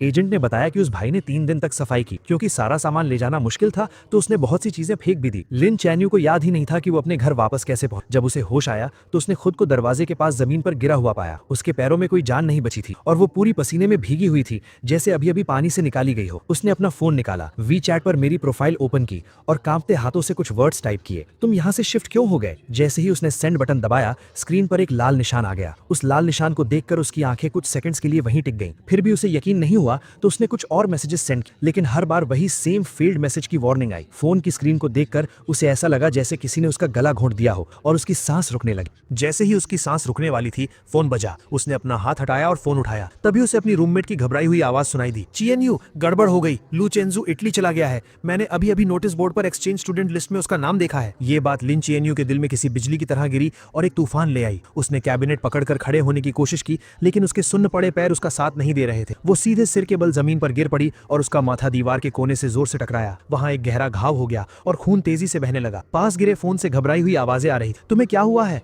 हम अभी आ रहे हैं। लिन चिएन्यू के पास अब इन बातों को समझने का टाइम नहीं था। उसने अपना हाथ उठाकर अपने घाव को दबाया। उसे ऐसा लग रहा था जैसे उसके दिमाग को चींटियां कुतर रही हों। वो नसों का दर्द बर्दाश्त से बाहर था। वो सिकुड़कर गोल हो गई और उसके गले से दर्द भरी कराह निकलने लगी। उसकी आंखों के सामने अंधेरा छा गया। पूरी तरह बेहोश होने से पहले उसके दिमाग में बस वही एक लाइन चल रही थी जिसे उसने आज ना जाने कितनी बार पढ़ा था और जो उसके दिल पर छप चुकी थी। लू चेंजू अब कभी लिन चिएन्यू को पसंद नहीं करेगा। लिन चिएन्यू को बहुत गहरी चोट आई थी। किस्मत से उसकी जान बच गई, लेकिन उसे आईसीयू में एडमिट करना पड़ा। जब उसे होश आया तो उसे पता चला कि 3 दिन बीत चुके हैं। उसकी सहेलियों ने उसके बेड के पास खड़े होकर चैन की सांस ली और फिर उसे बताने लगी कि उसके बेहोश रहने के दौरान क्या क्या हुआ था। जो खबर उन्हें मिली थी उसके हिसाब से लू चेंजू 3 दिन पहले ही इटली पहुंच चुका था, लेकिन अभी तक उसके एडमिशन की फॉर्मेलिटीज पूरी नहीं हुई थी। सुना है कि लिस्ट पब्लिक होने के बाद किसी ने स्कूल में उसकी कंप्लेन कर दी कि उसने अभी कुछ टाइम पहले एग्जाम में चीटिंग की थी, इसलिए उसका एक्सचेंज प्रोग्राम कैंसिल कर देना चाहिए। अगर उसका प्रोग्राम कैंसिल हो गया तो उसे पक्का वापस आना पड़ेगा। चिएन्यू, तुम टेंशन मत लो, वो कहीं भाग नहीं सकता। लिन चिएन्यू का दिल जोर से धड़कने लगा और उसकी आंखें फटी की फटी रह गई। वो अभी इस शॉकिंग न्यूज से बाहर भी नहीं आ पाई थी कि दरवाजे पर नॉक हुआ। एक रूममेट भागकर दरवाजा खोलने गई और बाकी तीनों हैरानी से देखने लगी। उन्होंने देखा कि फेमस प्रोफेसर जांग बहुत गुस्से में अंदर आए। उन्होंने बेड पर लेटी लिन चिएन्यू की तरफ एक नजर देखा। उनका वो बिना कुछ कहे डराने वाला ऑरा ऐसा था कि कोई उनसे आंख नहीं मिला पा रहा था। तुम ही लिन चिएन्यू हो ना? सुना है चेंजू और जू यानशू वाले चीटिंग केस में तुमने ही गवाही दी थी। मुझे तुमसे बात करनी है। ये सुनकर रूममेट्स वहां रुकने की हिम्मत नहीं कर पाई और तुरंत वार्ड से बाहर चली गईं। धीरे धीरे बंद होते दरवाजे को देखते हुए लिन चिएन्यू ने हल्का सा अपना सिर उठाया। हाँ, मैंने ही गवाही दी थी। ये जवाब सुनते ही प्रोफेसर जांग का चेहरा गुस्से से लाल हो गया और उन्होंने अपनी आवाज तेज करते हुए कहा, चेंजू ने मुझे बताया कि तुमने झूठी गवाही दी है। इतने बड़े मामले में तुमने झूठ बोलने की हिम्मत कैसे की? क्या तुम्हें पता भी है कि इसका उसके फ्यूचर पर क्या असर पड़ेगा? अगर ऑफिशियल नोटिस आ गया और ऊपर से जो कंट्रोवर्सी तुम्हारे कारण इंटरनेट पर हुई थी उसे मिला दें तो उसकी पूरी जिंदगी तुम्हारे हाथों बर्बाद हो जाएगी। वो तुम्हें पसंद करता है, लेकिन अपने दिल पर हाथ रखकर बताओ, क्या इन 2 सालों में उसने कभी तुम्हारे साथ कुछ बुरा किया है? क्या तुम उससे इतनी नफरत करती हो कि उसे पूरी तरह से बर्बाद करना चाहती हो? अगर तुम्हारे अंदर थोड़ी सी भी इंसानियत बची है तो तुरंत स्कूल एडमिनिस्ट्रेशन के पास जाकर उन्हें सच बताओ। ये बातें सुनकर लिन चिएन्यू का दिमाग सुन्न हो गया और उसका दिल घबराहट से तेज धड़कने लगा। उस वक्त वो बस इस बात से गुस्सा थी कि मैंने क्लब पार्टी में उसे चूज नहीं किया था। वो बस मुझे माफी मांगने पर मजबूर करना चाहती थी, इसलिए उसने टीचर जाओ से झूठ बोला था। उसने कभी सपने में भी नहीं सोचा था कि इसके इतने बड़े कॉन्सिक्वेंसेस हों। उसने अपने माथे की चोट की परवाह किए बिना स्ट्रगल करके उठने की कोशिश की ताकि वो प्रोफेसर जैंग के साथ स्कूल जाकर सच बता सके। जैसे ही वो दोनों वार्ड से बाहर निकले, हॉस्पिटल स्टाफ ने उन्हें रोक लिया। डॉक्टर्स उसे जाने नहीं देना चाहते थे और उसे समझाने लगे, लेकिन उसने किसी की एक नहीं सुनी और स्कूल जाने की जिद पकड़ ली। प्रोफेसर जैंग ने पहले ही डिसिप्लिनरी कमेटी के हेड को कांटेक्ट कर लिया था। लिन चिएन्यू ने डिजाइन कॉलेज के डीन और टीचर जाओ के सामने मान लिया कि चीटिंग जो यानशू ने की थी। जो यानशू को बिल्कुल उम्मीद नहीं थी कि वो अचानक ऐसे पलट जाएगी। वो तुरंत घबरा गई और रोते हुए बोलने लगी कि उसने कुछ नहीं किया। टीचर जाओ को भी उम्मीद नहीं थी कि वो अपनी गवाही ऐसे बदल देगी, इसलिए उन्हें समझ नहीं आ रहा था कि वो किस पर ट्रस्ट करें। लिन चिएन्यू ने एकदम कोल्ड फेस के साथ अपना फोन अनलॉक किया और एक फोटो निकाली। ये एक लेटर है जो यानशू ने पहले मुझे अपने हाथों से लिखा था। थोड़ी देर में मेरे फैमिली मेंबर्स इसका ओरिजिनल डॉक्यूमेंट लेकर आ जाएंगे। आप इस लेटर की हैंडराइटिंग और उस चीट शीट की हैंडराइटिंग मैच कर सकते हैं। ये सुनकर जो यानशू फूट फूट कर रोने लगी। चिएन्यू, मैं यानशू हूँ। क्या तुम भूल गई कि हम साथ बढ़े हुए हैं? ये मामला खत्म हो चुका था। तुम झूठ क्यों बोल रही हो? लिन चिएन्यू ने देखा कि इतने सॉलिड प्रूफ के बाद भी वो मुकरने की कोशिश कर रही है। उसकी आंखों में एक गहरी नफरत आ गई। मैंने तुम्हें कभी पसंद नहीं किया, मैं बस पहले एक्टिंग कर रही थी। अब मेरा एक्टिंग करने का मन नहीं है तो जाहिर है कि मैं तुम्हें नहीं बचाऊंगी। अगर तुमने ये किया है तो तुम्हें अपने एक्शंस की रिस्पॉन्सिबिलिटी लेनी होगी। उसके इतना कहते ही लिन फैमिली के लोग वो ओरिजिनल लेटर लेकर आ गए। जब एक एक लेटर मैच किया गया तो ये साफ हो गया कि चीट शीट पर हैंडराइटिंग जो यानशू की ही थी। डिसिप्लिनरी कमेटी ने तुरंत एक मीटिंग बुलाई और पूरे स्कूल में सच अनाउंस करने का फैसला किया। क्योंकि इस इंसिडेंट का बहुत बुरा असर पड़ा था, इसलिए जो यानशू को स्कूल से एक्सपेल कर दिया गया और ये बात उसके परमानेंट रिकॉर्ड में डाल दी गई। जब सब कुछ सेटल हुआ तब तक अंधेरा हो चुका था। लिन चिएन्यू दीवार का सहारा लेते हुए बाहर आई और उसने प्रोफेसर जैंग को रोका। प्रोफेसर जैंग, क्या चेंजू को पता है कि यहाँ क्या हुआ? हालांकि मामला पूरी तरह से सॉल्व हो गया था, लेकिन प्रोफेसर जैंग का गुस्सा अभी शांत नहीं हुआ था और वो अभी भी उससे चिढ़े हुए थे। वो लगभग एक्सपेल होने वाला था, तो उसे कैसे नहीं पता होगा? क्या तुम्हारे दिमाग में सच में चोट लग गई है? इस तरह डांट खाने के बाद लिन चिएन्यू को और भी बुरा लगा, लेकिन वो फिर भी कुछ पूछना चाहती थी। अब जब सब कुछ ठीक हो गया है तो क्या वो वापस आएगा? ये एक्सचेंज प्रोग्राम पूरे डिजाइन कॉलेज में सिर्फ एक ही था और चेंजू ने इसे अपनी मेहनत से हासिल किया था। वो इटली में 3 साल तक अपनी स्टडीज पूरी करेगा और वापस आने के बाद उसका फ्यूचर बहुत बहुत ब्राइट होगा। वो वापस क्यों आएगा? और वैसे भी क्विंगडा में तुम्हारे जैसे लोग हैं, अगर वो वापस नहीं आएगा तो कम से कम उसे तकलीफ तो नहीं सहनी पड़ेगी। अगर मुझे पता होता कि वो इतना अंधा है कि तुम्हारी जैसी लड़की को पसंद करेगा तो मैंने उसे उसी वक्त समझाया होता कि पार्टनर चुनते वक्त अपनी आंखें खुली रखनी चाहिए। जब मुझे प्रोफेसर जैंग का सब कुछ ठीक होने वाला कॉल आया, मैं बीच पर सन बात ले रहा था। मुझे नहीं पता कि प्रोफेसर ने लिन चियायू से सच कैसे उगलवाया, लेकिन मैंने उन्हें दिल से थैंक यू कहा। प्रोफेसर जैंग ने मुझे कुछ और एडवाइस दी और फिर अपनी मीटिंग के लिए चले गए। मैंने अपने बगल में रखा जूस पिया और आराम से अपनी बीच चेयर पर लेट गया। 3 दिन पहले मैं इटली पहुंचा था और मेरा प्लान सीधा एडमिशन की फॉर्मेलिटीज पूरी करने का था, लेकिन स्कूल एडमिनिस्ट्रेशन ने वेरिफिकेशन के लिए चाइना कॉल किया और अचानक मुझे बताया कि मेरे एडमिशन में कोई प्रॉब्लम है और अभी प्रोसेस नहीं हो सकता। मैंने अपने रूममेट से पूछा, तब मुझे पता चला कि किसी ने छुपकर मेरी कंप्लेन की है। इसलिए मैंने प्रोफेसर जैंग को कांटेक्ट किया, उन्हें सारी बात बताई और उनसे हेल्प मांगी। हालांकि प्रोफेसर जैंग चिंगडा के बहुत रिस्पेक्ट वाले इंसान हैं, लेकिन मुझे पता था कि इस सिचुएशन को क्लियर करना बहुत मुश्किल होगा और मैं किसी भी तूफान का सामना करने के लिए रेडी था। सच कहूं तो लिन चियान्यू से मिलने के बाद से मेरा स्ट्रेस सहने का लेवल बहुत बढ़ गया था। अब जब मैं एक्सपेल होने जैसी बड़ी प्रॉब्लम को फेस कर रहा था तब भी मैं एकदम चिल था, यहाँ तक कि मैंने रातों रात ही फ्लाइट टिकट बुक की और वेकेशन के लिए बीच पर आ गया। अब जब सब कुछ सॉल्व हो गया था तो मैं पूरी तरह से रिलैक्स हो गया और सोचने लगा कि वापस जाकर अपने एडमिशन के बचे हुए काम कब पूरे करूं। मैं फ्लाइट सर्च कर ही रहा था कि तभी हॉस्टल ग्रुप चैट पर एक नोटिफिकेशन आया, चेंजू, अभी लिन चियान्यू हॉस्टल आई थी और तुम्हारा कॉन्टैक्ट नंबर मांग रही थी। वो कह रही थी कि उसे माफी मांगनी है, लेकिन हम उसके धोखे में नहीं आने वाले, तुम टेंशन मत लो। हमने उसे एक नंबर भी नहीं दिया। तुम्हें नहीं पता वो अभी कितनी कमजोर और बीमार लग रही थी। उसके सिर पर पट्टियां बनी हुई थी। सुना है कि वो पिछले 2 दिन से आईसीयू में थी। सच में कर्मा इज रियल, वो इसी लायक है। इन मजेदार बातों को पढ़कर मेरे दिमाग में तुरंत वो सीन आ गया जब लिन चियान्यू मेरा नया नंबर मांग रही होगी और उसे मना कर दिया गया होगा। मेरे होठों पर एक स्माइल आ गई। मैंने ग्रुप में एक बड़ा सा रेड एनवेलप भेजा और लिखा, इन दिनों मेरी हेल्प करने के लिए आप सबका बहुत बहुत थैंक यू। सब कुछ अच्छे से सॉल्व हो गया है। जब ये 3 साल पूरे हो जाएंगे और मैं चाइना वापस आऊंगा तो मैं आप सबको ट्रीट दूंगा और पर्सनली थैंक यू कहूंगा। मिलान वापस जाने की सबसे अर्ली फ्लाइट बुक करने के बाद मैंने अंगड़ाई ली और खड़ा हो गया। मैं उस सॉफ्ट बीच पर चलते हुए अपने होटल की तरफ जाने लगा। इस बार एडमिशन का प्रोसेस एकदम स्मूथली हो गया, कोई प्रॉब्लम नहीं। मैंने अपने हाथ में ऑफिशियल स्टैंप लगे डॉक्यूमेंट्स और अपना नया स्टूडेंट आईडी कार्ड देखा और मेरे चेहरे पर एक सेटिस्फैक्शन वाली स्माइल आ गई। क्या आप हॉस्टल में रहेंगे या अपना अपार्टमेंट ढूंढेंगे? मैंने पहले ही एक अपार्टमेंट ढूंढ लिया है। मुझे इंटरनेशनल स्टूडेंट्स वाले क्राउडेड हॉस्टल्स में रहना पसंद नहीं है, इसलिए मैंने आने से पहले ही स्कूल के पास एक छोटा सा अपार्टमेंट खरीद लिया था। मैं तुरंत अपना लगेज लेकर वहां चला गया। वहां पहुंचने के बाद मैंने अपने सामने सीढ़ियां देखी और अपने भारी सूटकेस को उठाने की कोशिश की और एक लंबी सांस ली। मैं सोच ही रहा था कि क्या मुझे पैसे देकर किसी से हेल्प लेनी चाहिए कि तभी एक बहुत ही खूबसूरत लड़की मेरे पास आई। उसने इंग्लिश में मुझसे पूछा कि क्या मुझे हेल्प चाहिए। मैंने जल्दी से सिर हिलाकर हाँ कर दी। उस खूबसूरत लड़की ने मेरा लगेज उठाने में हेल्प की और हम सीढ़ियां चढ़ने लगे। रास्ते भर हम बातें करते रहे। अपार्टमेंट के दरवाजे तक पहुंचते पहुंचते हमने एक दूसरे को इंट्रोड्यूस भी कर दिया था। मैंने थोड़ा झुककर उसे थैंक यू कहा, लेकिन उसने अपनी लाल हो चुकी हथेलियां दिखाई और मजाक करते हुए बोली, मैंने तुम्हारी हेल्प की है, क्या सिर्फ एक थैंक यू काफी होगा? अगर तुम्हें प्रॉब्लम ना हो तो क्या तुम मुझे अपना बिजनेस कार्ड दे सकते हो? ये सुनकर मैं एक पल के लिए हैरान रह गया, लेकिन जल्द ही समझ गया कि मैंने अपनी पॉकेट्स में बहुत ढूंढा लेकिन मुझे कोई कार्ड नहीं मिला। मैंने बहुत सॉरी फील करते हुए कहा, सॉरी मेरे पास कार्ड नहीं है। तभी उसने पता नहीं कहां से एक पेन निकाला और अपना हाथ मेरे सामने कर दिया। प्लीज अपना फोन नंबर मेरे हाथ पर लिख दो। मैं कुछ सेकंड्स के लिए झिझका, लेकिन फिर मैंने पेन लिया और उसके हाथ पर अपना नंबर लिख दिया। नए अपार्टमेंट में शिफ्ट होने के बाद मैं कई दिनों तक बिजी रहा और आखिरकार मैंने घर को अच्छे से सेट कर लिया। रात को मुझे एक मैसेज मिला कि इस बैच के सभी इंटरनेशनल एक्सचेंज स्टूडेंट्स की रिपोर्टिंग पूरी हो चुकी है और कल ऑडिटोरियम में एक वेलकम सेरेमनी होगी। मैंने टाइम नोट कर लिया और अगले दिन सुबह जल्दी घर से निकल गया। इन कुछ दिनों में जब भी मुझे फ्री टाइम मिलता था मैं स्कूल में घूमता था, लेकिन स्कूल बहुत बड़ा था और सारी बिल्डिंग्स एक जैसी ही दिखती थी, इसलिए मैं रास्ता भूल गया। टाइम होने ही वाला था और मैं किसी से रास्ता पूछने ही वाला था कि अचानक मेरा फोन बज उठा। एक अननोन नंबर था। कुछ सेकंड सोचने के बाद मैंने पिक कर ली। मुझे एक बहुत ही जानी पहचानी आवाज सुनाई दी, लेकिन मैं याद नहीं कर पा रहा था कि ये किसकी आवाज है। मैं अभी कंफ्यूज ही था कि अचानक पीछे से किसी ने मेरे कंधे पर हाथ रखा। मैंने पीछे मुड़कर देखा तो वो सिल्विया थी, वही खूबसूरत लड़की जिसने कुछ दिन पहले मेरी हेल्प की। वो स्माइल करते हुए मुझे हाय कह रही थी और उसका फोन अभी भी उसके कान पर था। तब मुझे समझ आया कि ये उसका नंबर था। मेरे चेहरे पर एक सरप्राइज भरा एक्सप्रेशन आ गया। हम दोनों एक साथ हंस पड़े। तुम कहाँ खोए हुए हो? मैंने सच सच बता दिया कि मैं रास्ता भटक गया हूँ। ऑडिटोरियम का नाम सुनकर उसने तुरंत कहा कि उसे भी वहीं जाना है और वो मुझे रास्ता दिखा सकती है। मैं भी वहीं जा रही हूँ, चलो मैं तुम्हें ले चलती हूँ। मुझे उस पर कोई शक नहीं हुआ। हम दोनों एक भूल भुलैया जैसे कॉलेज कैंपस में घूमते हुए हंसते बोलते जा रहे थे।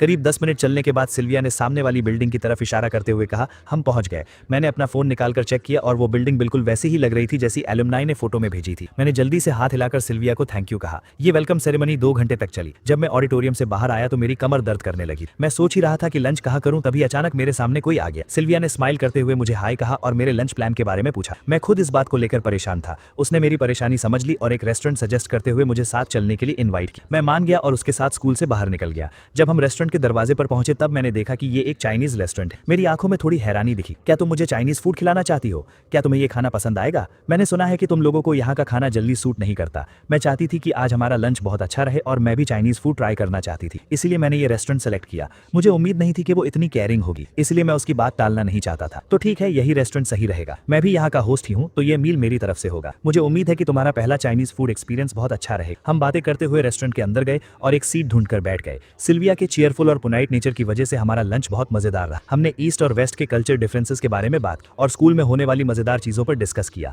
हम बहुत जल्दी अच्छे दोस्त बन गए। लंच के बाद सिल्विया मुझे मेरे अपार्टमेंट तक छोड़ने आई। जाते वक्त उसके चेहरे पर एक उदासी सी। क्या मैं तुम्हें इस वीकेंड एक आफ्टरनून टी के लिए इनवाइट कर सकती हूँ? वीकेंड पर मौसम बहुत अच्छा था, इसलिए मैं खुशी खुशी चला गया और सिल्विया के साथ एक गार्डन कैफे में बैठकर बातें करने लगा। झील के पास से सफेद कबूतरों का एक झुंड उड़ता हुआ आया और एक पंख धीरे से मेरे सिर पर आ गिरा। सिल्विया ने देखा और हंसते हुए उसे हटाने के लिए खड़ी हुई। हम दोनों एक दूसरे के बहुत करीब और दूर से देखने पर ऐसा लग रहा था जैसे हम बहुत क्लोज हों। मैंने अपनी हंसती हुई आंखें ऊपर की और कहा थैंक यू। मैंने जैसे ही ये कहा, मेरी नजर अचानक बाईं तरफ गई और मेरी आंखें वहीं जम गई। वो औरत जो दरवाजे पर खड़ी थी, जिसके माथे पर पट्टी बंधी थी और जिसका चेहरा बिल्कुल उतरा हुआ था, वो मुझे लिन कियान यू जैसी क्यों लग रही थी? मैं उसे ध्यान से देख भी नहीं पाया था कि वो औरत गुस्से से मेरी तरफ आने लगी। उसने अपनी खून से लाल हो चुकी आंखों से नीचे रखे टेस्टी केक्स को देखा और उसकी नजरें हम दोनों के बीच घूमने लगी। ये कौन है? ये जानी पहचानी आवाज सुनकर मुझे पक्का हो गया कि ये लिन कियान यू ही है। मुझे नहीं पता था कि उसे कैसे पता चला कि मैं यहाँ हूँ, लेकिन मुझे उसे देखकर कोई हैरानी नहीं हुई। मुझे पता था कि एक न एक दिन वो मेरे पीछे इटली जरूर आएगी। आखिरकार लिन कियान यू की नजरों में मैं उसका एक ऐसा शिकार था जिसे वो आसानी से पकड़ सकती थी। वो मुझे अपनी नजरों से दूर भागने नहीं दे सकती थी। मैं उसे दोबारा फेस करने के लिए पहले से ही तैयार था, इसलिए उसके इतने बुरे बर्ताव के बाद भी मैं एकदम शांत। मेरी नई दोस्त है, कोई काम है क्या?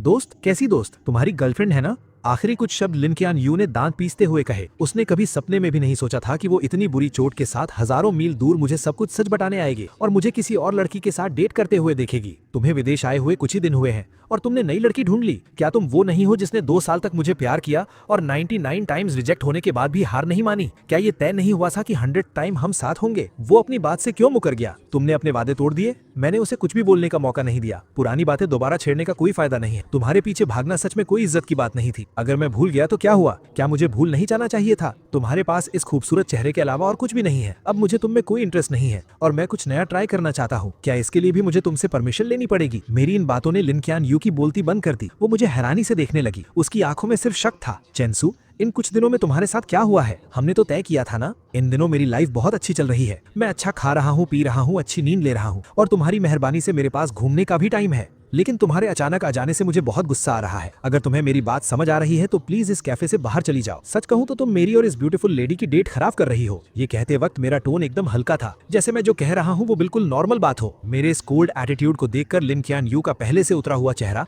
और भी सफेद पड़ गया। तब जाकर उसे एहसास हुआ कि अब सच में सब कुछ उसके कंट्रोल से बाहर जा चुका है। पहले मुझसे गलती हुई थी। मुझे तुम्हारी फीलिंग्स के साथ नहीं खेलना चाहिए था। आई एम सॉरी चेंसू, प्लीज मुझे माफ कर दो। क्या तुम मुझे एक और मौका नहीं दे सकते? उसके कांपते हुए हाथों को देखकर मैंने अपनी भौहें उठाई और ताना मारते हुए कहा, मैं स्कूल ब्यूटी की माफी डिजर्व नहीं करता। तुम टेंशन मत लो, अब से हम दोनों एक दूसरे के लिए अजनबी हैं। तुम्हें अब डरने की जरूरत नहीं है कि मैं तुम्हारे पीछे भागूंगा। मेरी आंखों में ये डिटर्मिनेशन देखकर लिन कियान यू समझ गई कि मैं मजाक नहीं कर रहा हूँ। वो बहुत घबरा गई और उसने अनजाने में ही मेरा हाथ इतनी जोर से पकड़ा कि मेरे चेहरे पर सिकन आ गई। सिल्विया को हम दोनों की बातें समझ नहीं आ रही थी। शुरुआत में उसे लगा कि हम बस दोस्त हैं और बात कर रहे हैं, लेकिन जब उसने देखा कि मेरा हाथ लाल हो गया है तो वो जल्दी से खड़ी हुई और मुझे छुड़ाने की कोशिश करने लगी। लिन कियान यू के लिए ये एक खुला चैलेंज जैसा था। उसने बिना सोचे सिल्विया का हाथ झटक दी। सिल्विया धक्का लगने से कुछ कदम पीछे लड़खड़ाई। लिन कियान यू ने उसे बहुत ठंडी नजरों से घूरा और मेरा हाथ पकड़कर मुझे अपने साथ खींचने लगी। सिल्विया ने दीवार का सहारा लेकर खुद को संभाला। जब उसने देखा कि मैं उसके साथ नहीं जाना चाहता तो उसने आकर सीधा लिन कियान यू के मुंह पे थप्पड़ जड़ दिया और अगले ही पल दोनों आपस में बुरी तरह लड़ने लगी। बहुत से कस्टमर्स डर गए कि कहीं उन्हें भी चोट ना लग जाए, इसलिए वो बाहर भागने लगे। सेकंड फ्लोर पर मौजूद ओनर ने तुरंत पुलिस को कॉल कर दिया। पुलिस ने आकर उन दोनों को अलग किया जो गुस्से में पागल हो चुकी थी और दोनों को पुलिस स्टेशन ले गई। लिन कियान के सिर की पट्टी खुल गई थी जिससे उसका वो भयानक घाव दिखने लगा था। उसे देखकर पुलिस को भी डर लग रहा था और उन्हें लगा कि सिल्विया एक बीमार इंसान के साथ मारपीट कर रही थी। सिल्विया बार बार खुद को डिफेंड कर रही थी और चोट खाई लिन कियान यू भी पीछे नहीं हट रही थी। वो जिद कर रही थी कि पहले सिल्विया ने हाथ उठाया था। दोनों काफी देर तक बहस करती रहीं। पुलिस के कान पक गए लेकिन उन्हें समझ नहीं आया कि किसकी गलती है। आखिरकार हार मानकर उन्हें इकलौते चश्मदीद गवाह यानी मुझसे पूछना पड़ा, क्या आप बता सकते हैं कि वहां असल में क्या हुआ था? ये सवाल सुनते ही दोनों तुरंत मुड़ी और और बहुत उम्मीद से मेरी तरफ देखने लगी। मैंने बिना किसी झिझक के अपना हाथ उठाया, लिन कियान यू की तरफ इशारा किया और कहा, पहले इसी ने उसे धक्का दिया था। ये सुनकर लिन कियान यू वहीं जम गई। उसे यकीन नहीं हो रहा था कि मैं उसके खिलाफ गवाही दूंगा। उसकी आवाज कांप रही थी। मैंने तो बस उसे हल्का सा धक्का दिया था, पहले थप्पड़ उसने मारा था। चेन जो, तुम ऐसा क्यों कर रहे हो? बात यही रुक गई। लिन कियान यू के दिमाग की बत्ती जली और उसे एक झटके में समझ आ गया कि मैंने ऐसा क्यों कहा। वो मुझसे बदला ले रहा था। वो चाहता था कि मैं भी बिना किसी गलती के झूठे इल्जाम सहने का दर्द फील करूं। ये बात समझ आने के बाद वो एक शब्द भी नहीं बोल पाई। पुलिस को चाइनीज समझ नहीं आ रही थी तो उन्होंने मुझसे ट्रांसलेट करने को कहा। मैंने सीधा सीधा हमारे रिश्ते से पल्ला झाड़ लिया। मैं सिल्विया के साथ लंच कर रहा था और ये अचानक वहां आकर तमाशा करने लगी। ये मेरी मर्जी के खिलाफ मुझे जबरदस्ती वहां से ले जाना चाहती थी और फिर इसने धक्का दे दिया, जिसकी वजह से इन दोनों में लड़ाई शुरू हो गई। लिन कियान यू के दिल में बची हुई आखिरी उम्मीद भी पूरी तरह टूट गई। उसने अपना मुंह खोला और एक बेजान फटी हुई आवाज में पूछा, क्या तुम अब कभी मेरी साइड नहीं लोगे? मैंने तिरछी नजरों से उसे देखा और एक ठंडी स्माइल के साथ कहा, मैं एक सच्चा इंसान हूं, मैं हमेशा सिर्फ सच का साथ दूंगा। लिन कियान यू ने फिर भी हार नहीं मानी और एक और सवाल पूछा, अगर आज उसने मुझे पहले धक्का दिया होता तो क्या तुम तब भी सच बोलते? क्या ये भी पूछने वाली बात है? मेरा तुमसे कोई लेना देना नहीं है। क्या हम इतने क्लोज हैं? सिल्विया अभी छोटी है और बहुत सेंसिटिव है। मैं जाहिर सी बात है अपनी दोस्त का ही साथ दूंगा। ये बात बोलकर मुझे कोई फर्क नहीं पड़ा कि उसका रिएक्शन क्या था। मैं मुड़ा और वहां से चला गया। मेरी गवाही और तुरंत मंगवाई गई सीसीटीवी फुटेज की वजह से सच जल्दी ही सबके सामने आ गया। एक फॉरेन नेशनल होने के बावजूद तमाशा करने के जुर्म में लिन कियान यू को हिरासत में ले लिया गया। मैंने सिल्विया के बाहर आने का वेट किया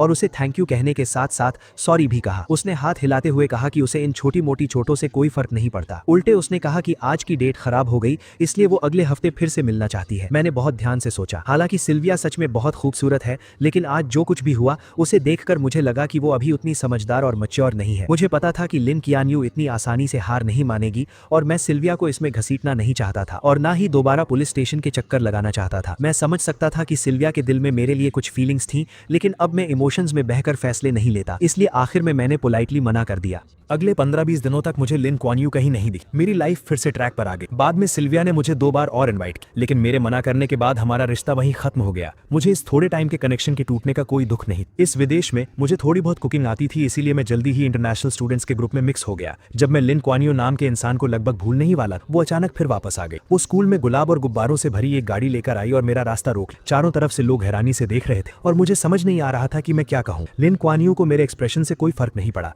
उसने सीधे अपने दिल की बात कह दी, चेंजो, अगर मैं भी 100 टाइम्स तुम्हें प्रपोज करूं तो क्या तुम मुझे एक और मौका दोगे? अगर मैं कुछ महीने पहले वाला इंसान होता तो ये बातें सुनकर खुशी से रो पड़ता, लेकिन अब मुझे कोई फर्क नहीं पड़ा, बल्कि ये सुनकर मेरे रोंगटे खड़े हो गए। कितना चीप ड्रामा है और कितने क्रिंजी डायलॉग्स हैं। उस वक्त मुझ पर कौन सा भूत सवार था कि मैंने सबके सामने इतनी बार उसे ऐसे प्रपोज किया था। उन पुरानी बातों को याद करके मुझे दुख नहीं होता, बल्कि खुद पर शर्म आती है कि मैंने ये सब कैसे किया। इस वक्त मेरे सामने खड़ी लड़की क्या कह रही थी, मैंने एक वर्ड भी नहीं सुना। काफी देर तक कोई जवाब ना मिलने पर लिन क्वान यू और घबराने लगी। वो बेचैन हो गई और टेंशन में मेरी तरफ देखने लगी। मैंने सीधा उसकी नजरों को इग्नोर किया, पीछे मुड़ा और दूर खड़े लोगों को हाथ हिलाकर बुलाया, हाय गुचिंग शुए, गुसीची, तुम लोग कहाँ जा रहे हो? लिन क्वान यू ने मेरी नजरों का पीछा किया, तब उसे समझ आया कि मैं किसी और से बात कर रहा हूँ। ये देखकर लिन क्वान यू का दिल जैसे जम सा गया। लिन क्वान यू, चेंजो। बात अभी पूरी भी नहीं हुई थी कि गुचिंग शुए नाम की वो लड़की मेरे पास आई। उसकी आवाज बहुत फ्रेंडली थी। हम कैंपिंग पर जाने का प्लान कर रहे हैं चेंजो, क्या तुम भी चलोगे? मौसम बहुत अच्छा था, वीकेंड का कोई प्लान नहीं था और सामने एक बहुत बड़ी मुसीबत खड़ी थी। मेरे पास मना करने का कोई रीजन नहीं था, इसीलिए मैं तुरंत राजी हो गया। मैंने हंसते हुए उससे आज रात के प्लान्स के बारे में पूछा। हम दोनों ने लिन क्वान यू की तरफ मुड़कर भी नहीं देखा,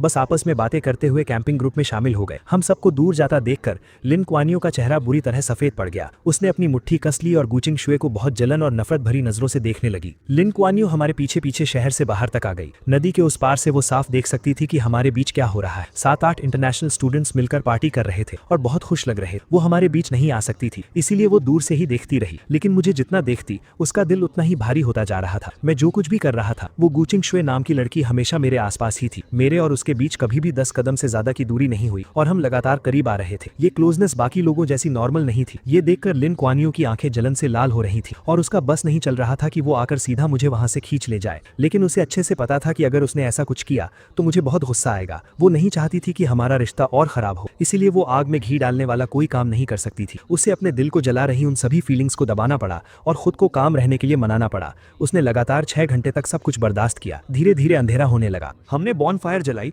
और बहुत मजे से पार्टी कर रहे थे। वहाँ बहुत शोर था और मुझे इतनी आवाज की आदत नहीं थी, इसलिए मैं ताजी हवा खाने अकेले नदी के पास चला गया। मौका देखकर लिन क्यान यू क्यान्यू मेरे पास आ गई। चेंजो, मुझे तुमसे कुछ बात करनी है। आज मेरा मूड बहुत अच्छा था, लेकिन फिर भी मुझे उसे देखकर अच्छा नहीं लग रहा था, इसलिए मेरी टोन थोड़ी रूखी थी। सॉरी, मुझे कुछ नहीं सुनना। ये बोलकर मैं जाने ही वाला था कि लिन क्यान्यू घबरा गई। उसने सीधा मेरा हाथ पकड़ लिया। उसकी आंखों में एक रिक्वेस्ट थी, मुझे बस कुछ मिनट्स दे दो। चेंजो, कुछ बातें हैं जो मैं बहुत पहले से कहना चाहती थी। ये सुनकर मैंने आखिरकार सिर उठाकर उसकी तरफ देखा। मेरा एक्सप्रेशन बहुत अजीब था। बहुत पहले से क्या बात? कहीं ये वो बकवास तो नहीं कि तुम्हें मुझसे 2 साल पहले ही लव एट फर्स्ट साइट हो गया था? आखिरी बात कहते हुए मेरी आवाज में एक मजाक उड़ाने वाला टोन था। लिन क्यान्यू को लगा जैसे उस पर बिजली गिर गई हो और वो सुन्न पड़ गई। उसने कभी सपने में भी नहीं सोचा था कि वो सीक्रेट जो उसने इतने अच्छे से छुपा कर रखा था वो मेरे मुंह से सुनेगी। मुझे कोई फर्क नहीं पड़ा कि वो कैसा फील कर रही है। मेरे चेहरे पर वो ताने वाली स्माइल और गहरी हो गई। लिन क्यान्यू, जरा खुद सोचो, जो तुम बोल रही हो, मेरी बात छोड़ो, क्या कोई और इंसान, यहाँ तक कि तुम खुद भी इस बात पर यकीन करोगी? ऐसा कौन सा वन साइडेड लव है जो 2 साल तक एकदम परफेक्टली छुपाया जा सके? अपनी सेल्फ रिस्पेक्ट और ईगो को सेटिस्फाई करने के लिए अपने क्रश का प्रपोजल 99 टाइम्स सबके सामने कौन रिजेक्ट करता है? और हर मुश्किल और परेशानी के वक्त अपने पसंद के इंसान को बार बार दुश्मनों की साइड में कौन खड़ा करता है? क्या ये प्यार है? मुझे तो लगता है कि ये बहुत गहरी नफरत है। मेरे ये ताने सुनकर लिन क्यान्यू का दिमाग सुन्न हो गया। उसने इन सब बातों को डिनाई करने की पूरी कोशिश की, लेकिन आखिर में वो खुद को डिफेंड करने के लिए एक वर्ड नहीं बोल पा। उसके मुंह से बस कुछ बेजान शब्द निकले, नहीं चेंजो, मैं सच में तुम्हें पसंद करती हूँ। मेरे आसपास के सब लोग ये बात जानते हैं, वो सब मेरे लिए गवाही दे सकते हैं। जब मुझे ही ये बात नहीं पता थी तो तुम किसे पसंद करती हो इससे मुझे क्या फर्क पड़ता है? वैसे भी मेरे पर्सपेक्टिव से तुमने शुरू से लेकर आखिर तक सिर्फ जो यानशु को ही पसंद किया है। तुम उसी के पास जाओ और उसे अपने सच्चे प्यार के बारे में बताओ, अपने दिल की बातें उससे शेयर करो। तुम दोनों एक साथ बहुत अच्छे लगते हो और सच कहूं तो शुरू से लेकर आखिर तक तुम लोगों ने मुझे बहुत डिस्गस्टेड फील कराया है। मेरे चेहरे पर वो साफ दिखने वाली नफरत लिन क्यान्यू के बर्दाश्त के बाहर थी। उसकी बॉडी लगातार कांप रही थी, लेकिन फिर भी उसने मेरा हाथ नहीं छोड़ा। वो जिद में अड़ी थी कि वो मुझे जाने नहीं देगी। मेरे पास उसके साथ बहस करने का पेशेंस नहीं था। मैंने सीधा अपना हाथ खींचा और मुड़कर जाने लगा। जैसे ही मेरे और उसके हाथ अलग हुए, उसे लगा कि उसने अपना सब कुछ खो दिया है। उसके दिल में एक बहुत तेज दर्द उठा। उसके अंदर की सारी एनर्जी एक पल में खत्म हो गई और वो लड़खड़ाने लगी जैसे अभी गिर पड़ेगी। मैंने उसे बहुत खूबसूरती से इग्नोर किया और हल्के कदमों से वापस क्राउड के बीच चला गया। मुझे लगा था कि सारी बातें क्लियर करने के बाद लिन क्यान्यू हार मान लेगी, लेकिन जल्द ही मुझे समझ आ गया कि इस इंसान के दिमाग में कोई बात घुसती ही नहीं है। अगले कुछ महीनों तक मैं जब भी घर से बाहर निकलता वो मुझे 20 मीटर के अंदर ही दिख जाती थी। हर कुछ दिनों में वो कुछ ना कुछ चीजें लेकर मेरे सामने आ जाती और कहती कि वो मुझे प्रपोज कर रही है। 1 बार, 2 बार, तीसरी बार, मुझे तो काउंट भी याद नहीं रहा। उसकी इस पागलों वाली जिद पर मैंने कभी कोई रिएक्शन नहीं दिया। अगर मैं उसे इग्नोर कर सकता था तो इग्नोर कर देता, और जब हद पार हो जाती तो मैं पब्लिक न्यूसेंस के नाम पर उसे वहां से बाहर निकलवा देता। इन सब चीजों की वजह से पूरे स्कूल को लिन क्यान्यू नाम के इंसान के बारे में पता चल गया था। सबको पता था कि वो पागलों की तरह मेरे पीछे पड़ी है, इसलिए वो जहां भी जाती लोग उस पर उंगलियां उठाते, लेकिन उसे कोई फर्क नहीं पड़ा। वो बस मेरी ही परछाई बनकर घूमती रही। उसे लगा कि अगर वो कोशिश करती रहेगी तो एक दिन वो मेरा दिल जीत लेगी, लेकिन रियलिटी उसकी सोच से बहुत अलग। मैं उसके किसी भी एक्शन से इंप्रेस नहीं हुआ, बल्कि मैंने उसके सामने दूसरी लड़कियों के प्रपोजल भी एक्सेप्ट कर ली। लिन क्यान्यू के पास सिर्फ बेबस होकर मुझे आसपास की लड़कियों के करीब जाते देखने के अलावा और कोई ऑप्शन नहीं। धीरे धीरे लिन क्यान्यू को मुझे हमेशा लड़कियों से घिरे देखने की आदत पड़ने लगी। उसे मानना ही पड़ा कि मैंने सही कहा था। मैं कभी भी उसकी प्रॉपर्टी नहीं था। बार बार रिजेक्ट होने के बाद वो एकदम सुन्न पड़ चुकी। मैं कितनी भी कड़वी बात कह दूं या उसे कैसी भी नफरत भरी नजर से देखूं, उसे अब दर्द फील होना बंद हो गया। वो गिनती करती रही 1 से लेकर 50 तक। सर्दियां बीत गईं, स्प्रिंग आ गया और फिर अर्ली समर आ गया। उसे लगा कि दिन ऐसे ही शांति से कटते रहेंगे, 50 से 100 तक और शायद 101वीं बार भी। लिन क्यान्यू ने कभी हार मानने का नहीं सोचा। जब उसे लगने लगा था कि वो सब कुछ नॉर्मल तरीके से हैंडल कर सकती है, मैं एक लड़की का हाथ पकड़े उसके सामने आ गया। मैंने हंसते हुए आसपास के लोगों को बताया कि ये मेरी गर्लफ्रेंड है। उस पर लिन क्यान्यू को लगा जैसे आसमान टूटकर उसके सर पर गिर गया हो। उसने अपना सारा कंट्रोल खो दिया और सच जानने के लिए वो सीधा मेरे पास भागकर आने लगी। लेकिन वो मेरे पास पहुंच पाती उससे पहले ही पेट्रोलिंग कर रहे सिक्योरिटी गार्ड्स ने उसे रोक लिया। लोगों की उस दीवार के पीछे से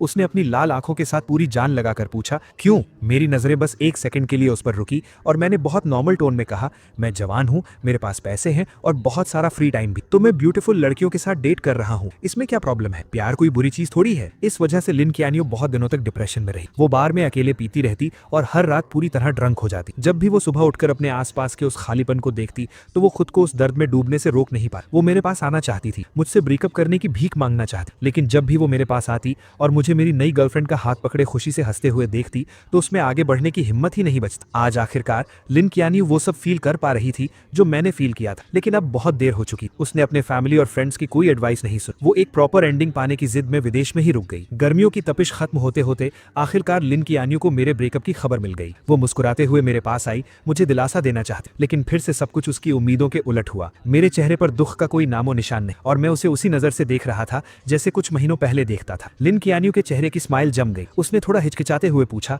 क्या क्या तुम्हें कोई तकलीफ हुई है? मैंने एक बहुत पोलाइट स्माइल दी। हमने म्यूचुअली ब्रेकअप किया है, हम दोनों की मर्जी, इसमें क्या तकलीफ है? ये सुनकर लिन कियानियो का दिल थोड़ा शांत हुआ, लेकिन अगले ही सेकंड मेरी बात ने उसे चौंका दिया। और वैसे भी अगर मुझे कोई तकलीफ हुई भी होती तो वो उन 2 सालों की तकलीफ के सामने कुछ भी नहीं है। क्या तुमने वो सब खुद अपनी आंखों से नहीं देखा था? तो फिर यहाँ मगरमच्छ के आंसू बहाकर फेक सिंपैथी क्यों दिखा रही? मेरी आखिरी बातों ने लिन कियानियो को बेचैन कर दिया। वो खुद को एक्सप्लेन करना चाहती थी, लेकिन मैंने उसे कोई मौका नहीं। मैं उन पुरानी बातों को एक्सप्लेन कर सकती। शेंचू बस करो, अब मुझे ये सब सुनकर इरिटेशन हो रही है। लिन कियानियो, मेरे सामने एक्टिंग करना बंद करो, ओके? अब मुझे तुम्हारी एक्टिंग देखने में कोई इंटरेस्ट नहीं। अगर तुम्हें अटेंशन चाहिए तो वापस चाइना जाओ और ज़ो यानशु और अपनी उन सहेलियों को ढूंढो, ठीक है? वो लोग खुशी खुशी तुम्हें सर आंखों पर बिठाएंगे। शोर मत करो। मेरी इन बातों से लिन कियानियो का चेहरा शर्म से लाल हो गया। मैंने उसे धक्का देकर साइड किया और सीधा टीचिंग बिल्डिंग की तरफ चला गया। किंग ने आसपास के सब लोगों को मेरे नाम के लिए करेक्ट कर दिया था। अब सब मुझे मेरे इंग्लिश नाम से बुलाते थे। बहुत कम लोगों को पता था कि मैं ही वो लू चेंशु हूँ जिसे प्रपोज किया जा रहा है। इस पॉइंट तक आते आते लिन कियानियो के प्रपोज करने के सारे आइडियाज खत्म हो चुके थे। आखिरकार उसके पिछले 99 प्रपोजल्स मुझे हिला तक नहीं पाए थे। अब वो सच में बेबस हो चुकी थी। आखिर में एक दोस्त की एडवाइस पर उसे एक आइडिया आया, 100th प्रपोजल। उसने स्कूल के स्मॉल गार्डन को सिलेक्ट किया। उसने वहां एक बहुत बड़ा डोमिनो इफेक्ट सेटअप किया जिसमें हमारी पहली मुलाकात का सीन बना हुआ था। उसने पेड़ों पर बहुत सारी स्टार लाइट्स लगा दी और रात में गार्डन की कैंडल्स जलाकर मुझे पास्ट की यादों में ले जाने का प्लान बनाया। मुझे धोखे से वहां बुलाने के लिए लिन कियानियो ने बहुत से लोगों की हेल्प ली और दर्जनों प्लान्स बनाए। इस बार वो मुझे पक्का यकीन दिलाना चाहती थी कि उसे सच में मुझे देखकर लव एट फर्स्ट साइट हुआ था और अब उसे अपनी गलती का सच में बहुत पछतावा है। सब कुछ रेडी था, लेकिन जब तय किया हुआ टाइम आया मैं वहां नहीं पहुंचा। लिन कियानियो पूरी तरह से पागल हो गई। उसने कार से हर वो जगह ढूंढी जहां मैं हो सकता था। 9 बजे का अलार्म बजा। वो अंधेरा गार्डन अचानक लाइट से जगमगा उठा। अनगिनत बलून्स हवा में उड़ने लगे। ऊपर से गुलाब की पंखुड़ियां गिरने लगी। हवा में एक रोमांटिक पियानो म्यूजिक गूंजने लगा और डोमिनोज के गिरने की वो लगातार टिक टिक आवाज आने लगी जो अपने आप स्टार्ट हो गए थे। हर सेकंड के साथ एक डोमिनो गिर रहा था। 10 मिनट से ज्यादा टाइम तक ये चलता रहा और जैसे ही आखिरी डोमिनो गिरा सारी कैंडल्स जल उठी। लेकिन लिन कियानियो को लगा कि उसके शरीर की सारी ताकत खत्म हो गई है। जब सब कुछ खत्म हो गया तो उसका फोन बजा। स्क्रीन पर एक अननोन इंटरनेशनल नंबर था, लेकिन कॉल पिक करते ही उसने तुरंत पहचान लिया कि लाइन के दूसरी तरफ मैं था। मैंने सुना है कि तुम आज रात अपना 100th प्रपोजल करने वाली हो। अफसोस कि मैं अभी चाइना में हूँ। I am really sorry. Lin कियानियो ने अपने दिल के दर्द और उस बेचैनी को दबाया और ऐसा बिहेव किया जैसे उसे कोई फर्क नहीं पड़ रहा हो। कोई बात नहीं, तुमने मुझे कॉल किया, मैं इतने में ही बहुत खुश हूँ। अगर तुम चाहो तो मैं 101st और 102nd प्रपोजल भी तैयार कर सकती हूँ। उसकी आवाज में एक छुपी हुई उम्मीद थी, जैसे वो पहले ही ये सपना देख रही थी कि मैंने उसे माफ कर दिया है। उसकी कोई जरूरत नहीं है। मैंने आज तुम्हें सिर्फ 2 बातें बताने के लिए कॉल किया है। लिन कियानियो का गला सूख गया और उसने फोन को कसकर पकड़ लिया। पहली बात, मैं तुम्हें एहतियात के तौर पर बता दूं कि अभी सर्दियां चल रही हैं और हवा बहुत रूखी है। अगर तुम्हारा नाटक खत्म हो गया हो तो गार्डन की वो सारी कैंडल्स जल्दी से बुझा देना, कहीं ऐसा ना हो कि आग लग जाए। ये सुनकर लिन कियानियो ने अपना सिर ऊपर उठाया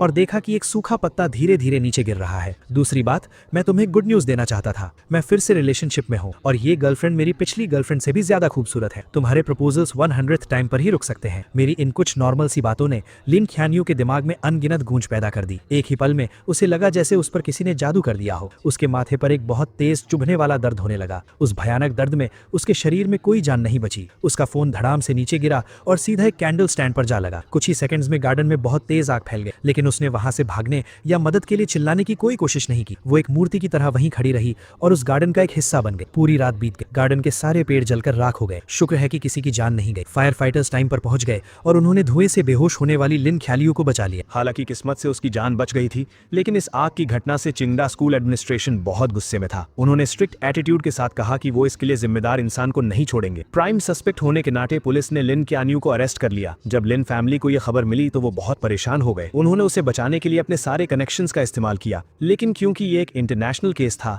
लिन कियानियो के लिए बिना सजा के बचना इम्पॉसिबल था। आखिरकार लिन फैमिली को अपनी आधी प्रॉपर्टी कॉम्पनसेशन में देनी पड़ी। तब जाकर चिंगडा एडमिनिस्ट्रेशन शांत हुआ। इस भयानक इंसिडेंट के कारण लिन कैन्यू को 6 महीने जेल में बिताने पड़े। उसका नाम यूरोप की ब्लैक लिस्ट में भी डाल दिया गया और उसे देश से बाहर निकाल दिया गया। उसे लाइफ टाइम के लिए बैन कर दिया गया था। जेल से बाहर आते ही उसे एयरपोर्ट भेज दिया गया ताकि उसे वापस चाइना डिपोर्ट किया जा सके। आसपास के लोगों को समर क्लोथ्स पहने देखकर लिन कैन्यू, जो अभी तक एक सपने में खोई हुई थी, उसे आखिरकार होश आया। सर्दियां बीत चुकी थी, अब गर्मियां आ गई थी। कई महीने गुजर चुके थे, लेकिन वो एक बार भी मुझसे मिलने नहीं आया। ये एहसास होते ही उसके दिल में बहुत सी फीलिंग्स उमड़ पड़ी। उसे समझ नहीं आ रहा था कि वो डिसअपॉइंट थी या अकेलापन फील कर रही थी। अभी बहुत लाइफ बाकी है, दोबारा मिलने का मौका जरूर मिलेगा। लिन कैन्यू खुद को बस यही दिलासा दे रही थी। लेकिन जैसे ही वो मुड़ी, उसने देखा कि मैं स्ट्रीट क्रॉस करके बाहर आ रहा हूँ और मेरे हाथ में एक खूबसूरत लड़की का हाथ था। अपनी सहेलियों की भेजी फोटोज से वो समझ गई थी कि ये मेरी गर्लफ्रेंड है। मैंने सिर उठाया तो मेरी नजर उस पर पड़ी। मैंने बहुत ही फ्रेंडली तरीके से उसे हाय कहा, जो मैं नॉर्मली नहीं करता था, और फिर मैंने उसे बहुत कॉन्फिडेंस के साथ सच बता दिया। हाय, लॉन्ग टाइम नो सी। मैं अभी जर्मनी ट्रिप से वापस आया हूँ। तुम तो आखिरकार बाहर आ ही गई। वक्त सच में बहुत जल्दी बीत जाता है। मैं तुम्हें इंट्रोड्यूस करा दूं, ये मेरी नई गर्लफ्रेंड मोनिका है। चाइना वापस लौटने के बाद लिन कैन्यू ने कुछ लोगों के थ्रू मुझे एक मैसेज भिजवाया था। उसने पूछा था कि क्या मैं ये सब एक्टिंग कर रहा हूँ या ये मेरा सच है। मैंने उसे कोई रिप्लाई नहीं दिया। अब तक मैं लिन कैन्यू को पूरी तरह समझ चुका था। वो कहती थी कि वो मुझसे प्यार करती है, लेकिन असल में वो सिर्फ खुद से प्यार करती थी। उसके लिए मैं बस शो ऑफ करने वाला एक खिलौना था। विदेश में स्टडीज के दूसरे साल में मैंने हर मौके का फायदा उठाया और बहुत सारे कॉम्पिटिशन्स में हिस्सा लिया। दिन गुजरते गए और जल्द ही मेरे 3 साल का एक्सचेंज प्रोग्राम खत्म हो गया। मैं गोल्ड मेडल से भरा एक बॉक्स लेकर चाइना वापस आ गया। फ्लाइट से बाहर आते ही मैंने देखा कि मेरे पेरेंट्स और रूममेट्स हाथों में फूल लिए मेरा वेलकम करने के लिए खड़े हैं। जहां तक लिन कैन्यू का सवाल है, मुझे पता है कि अब उसके पास मेरी लाइफ में दोबारा एंट्री करने का कोई मौका नहीं है। हम दोनों इस दुनिया की भीड़ में बस एक दूसरे के पास से गुजरने वाले 2 अजनबी हैं। हे दोस्तों, इस वीडियो को देखने के लिए आपका बहुत बहुत शुक्रिया। प्लीज इस वीडियो को लाइक और शेयर जरूर करें। तो प्लीज इस वीडियो को अपना पूरा सपोर्ट दें और ऐसी ही नई नई स्टोरीज के लिए चैनल को अभी सब्सक्राइब कर लें। मिलते हैं अगले वीडियो में।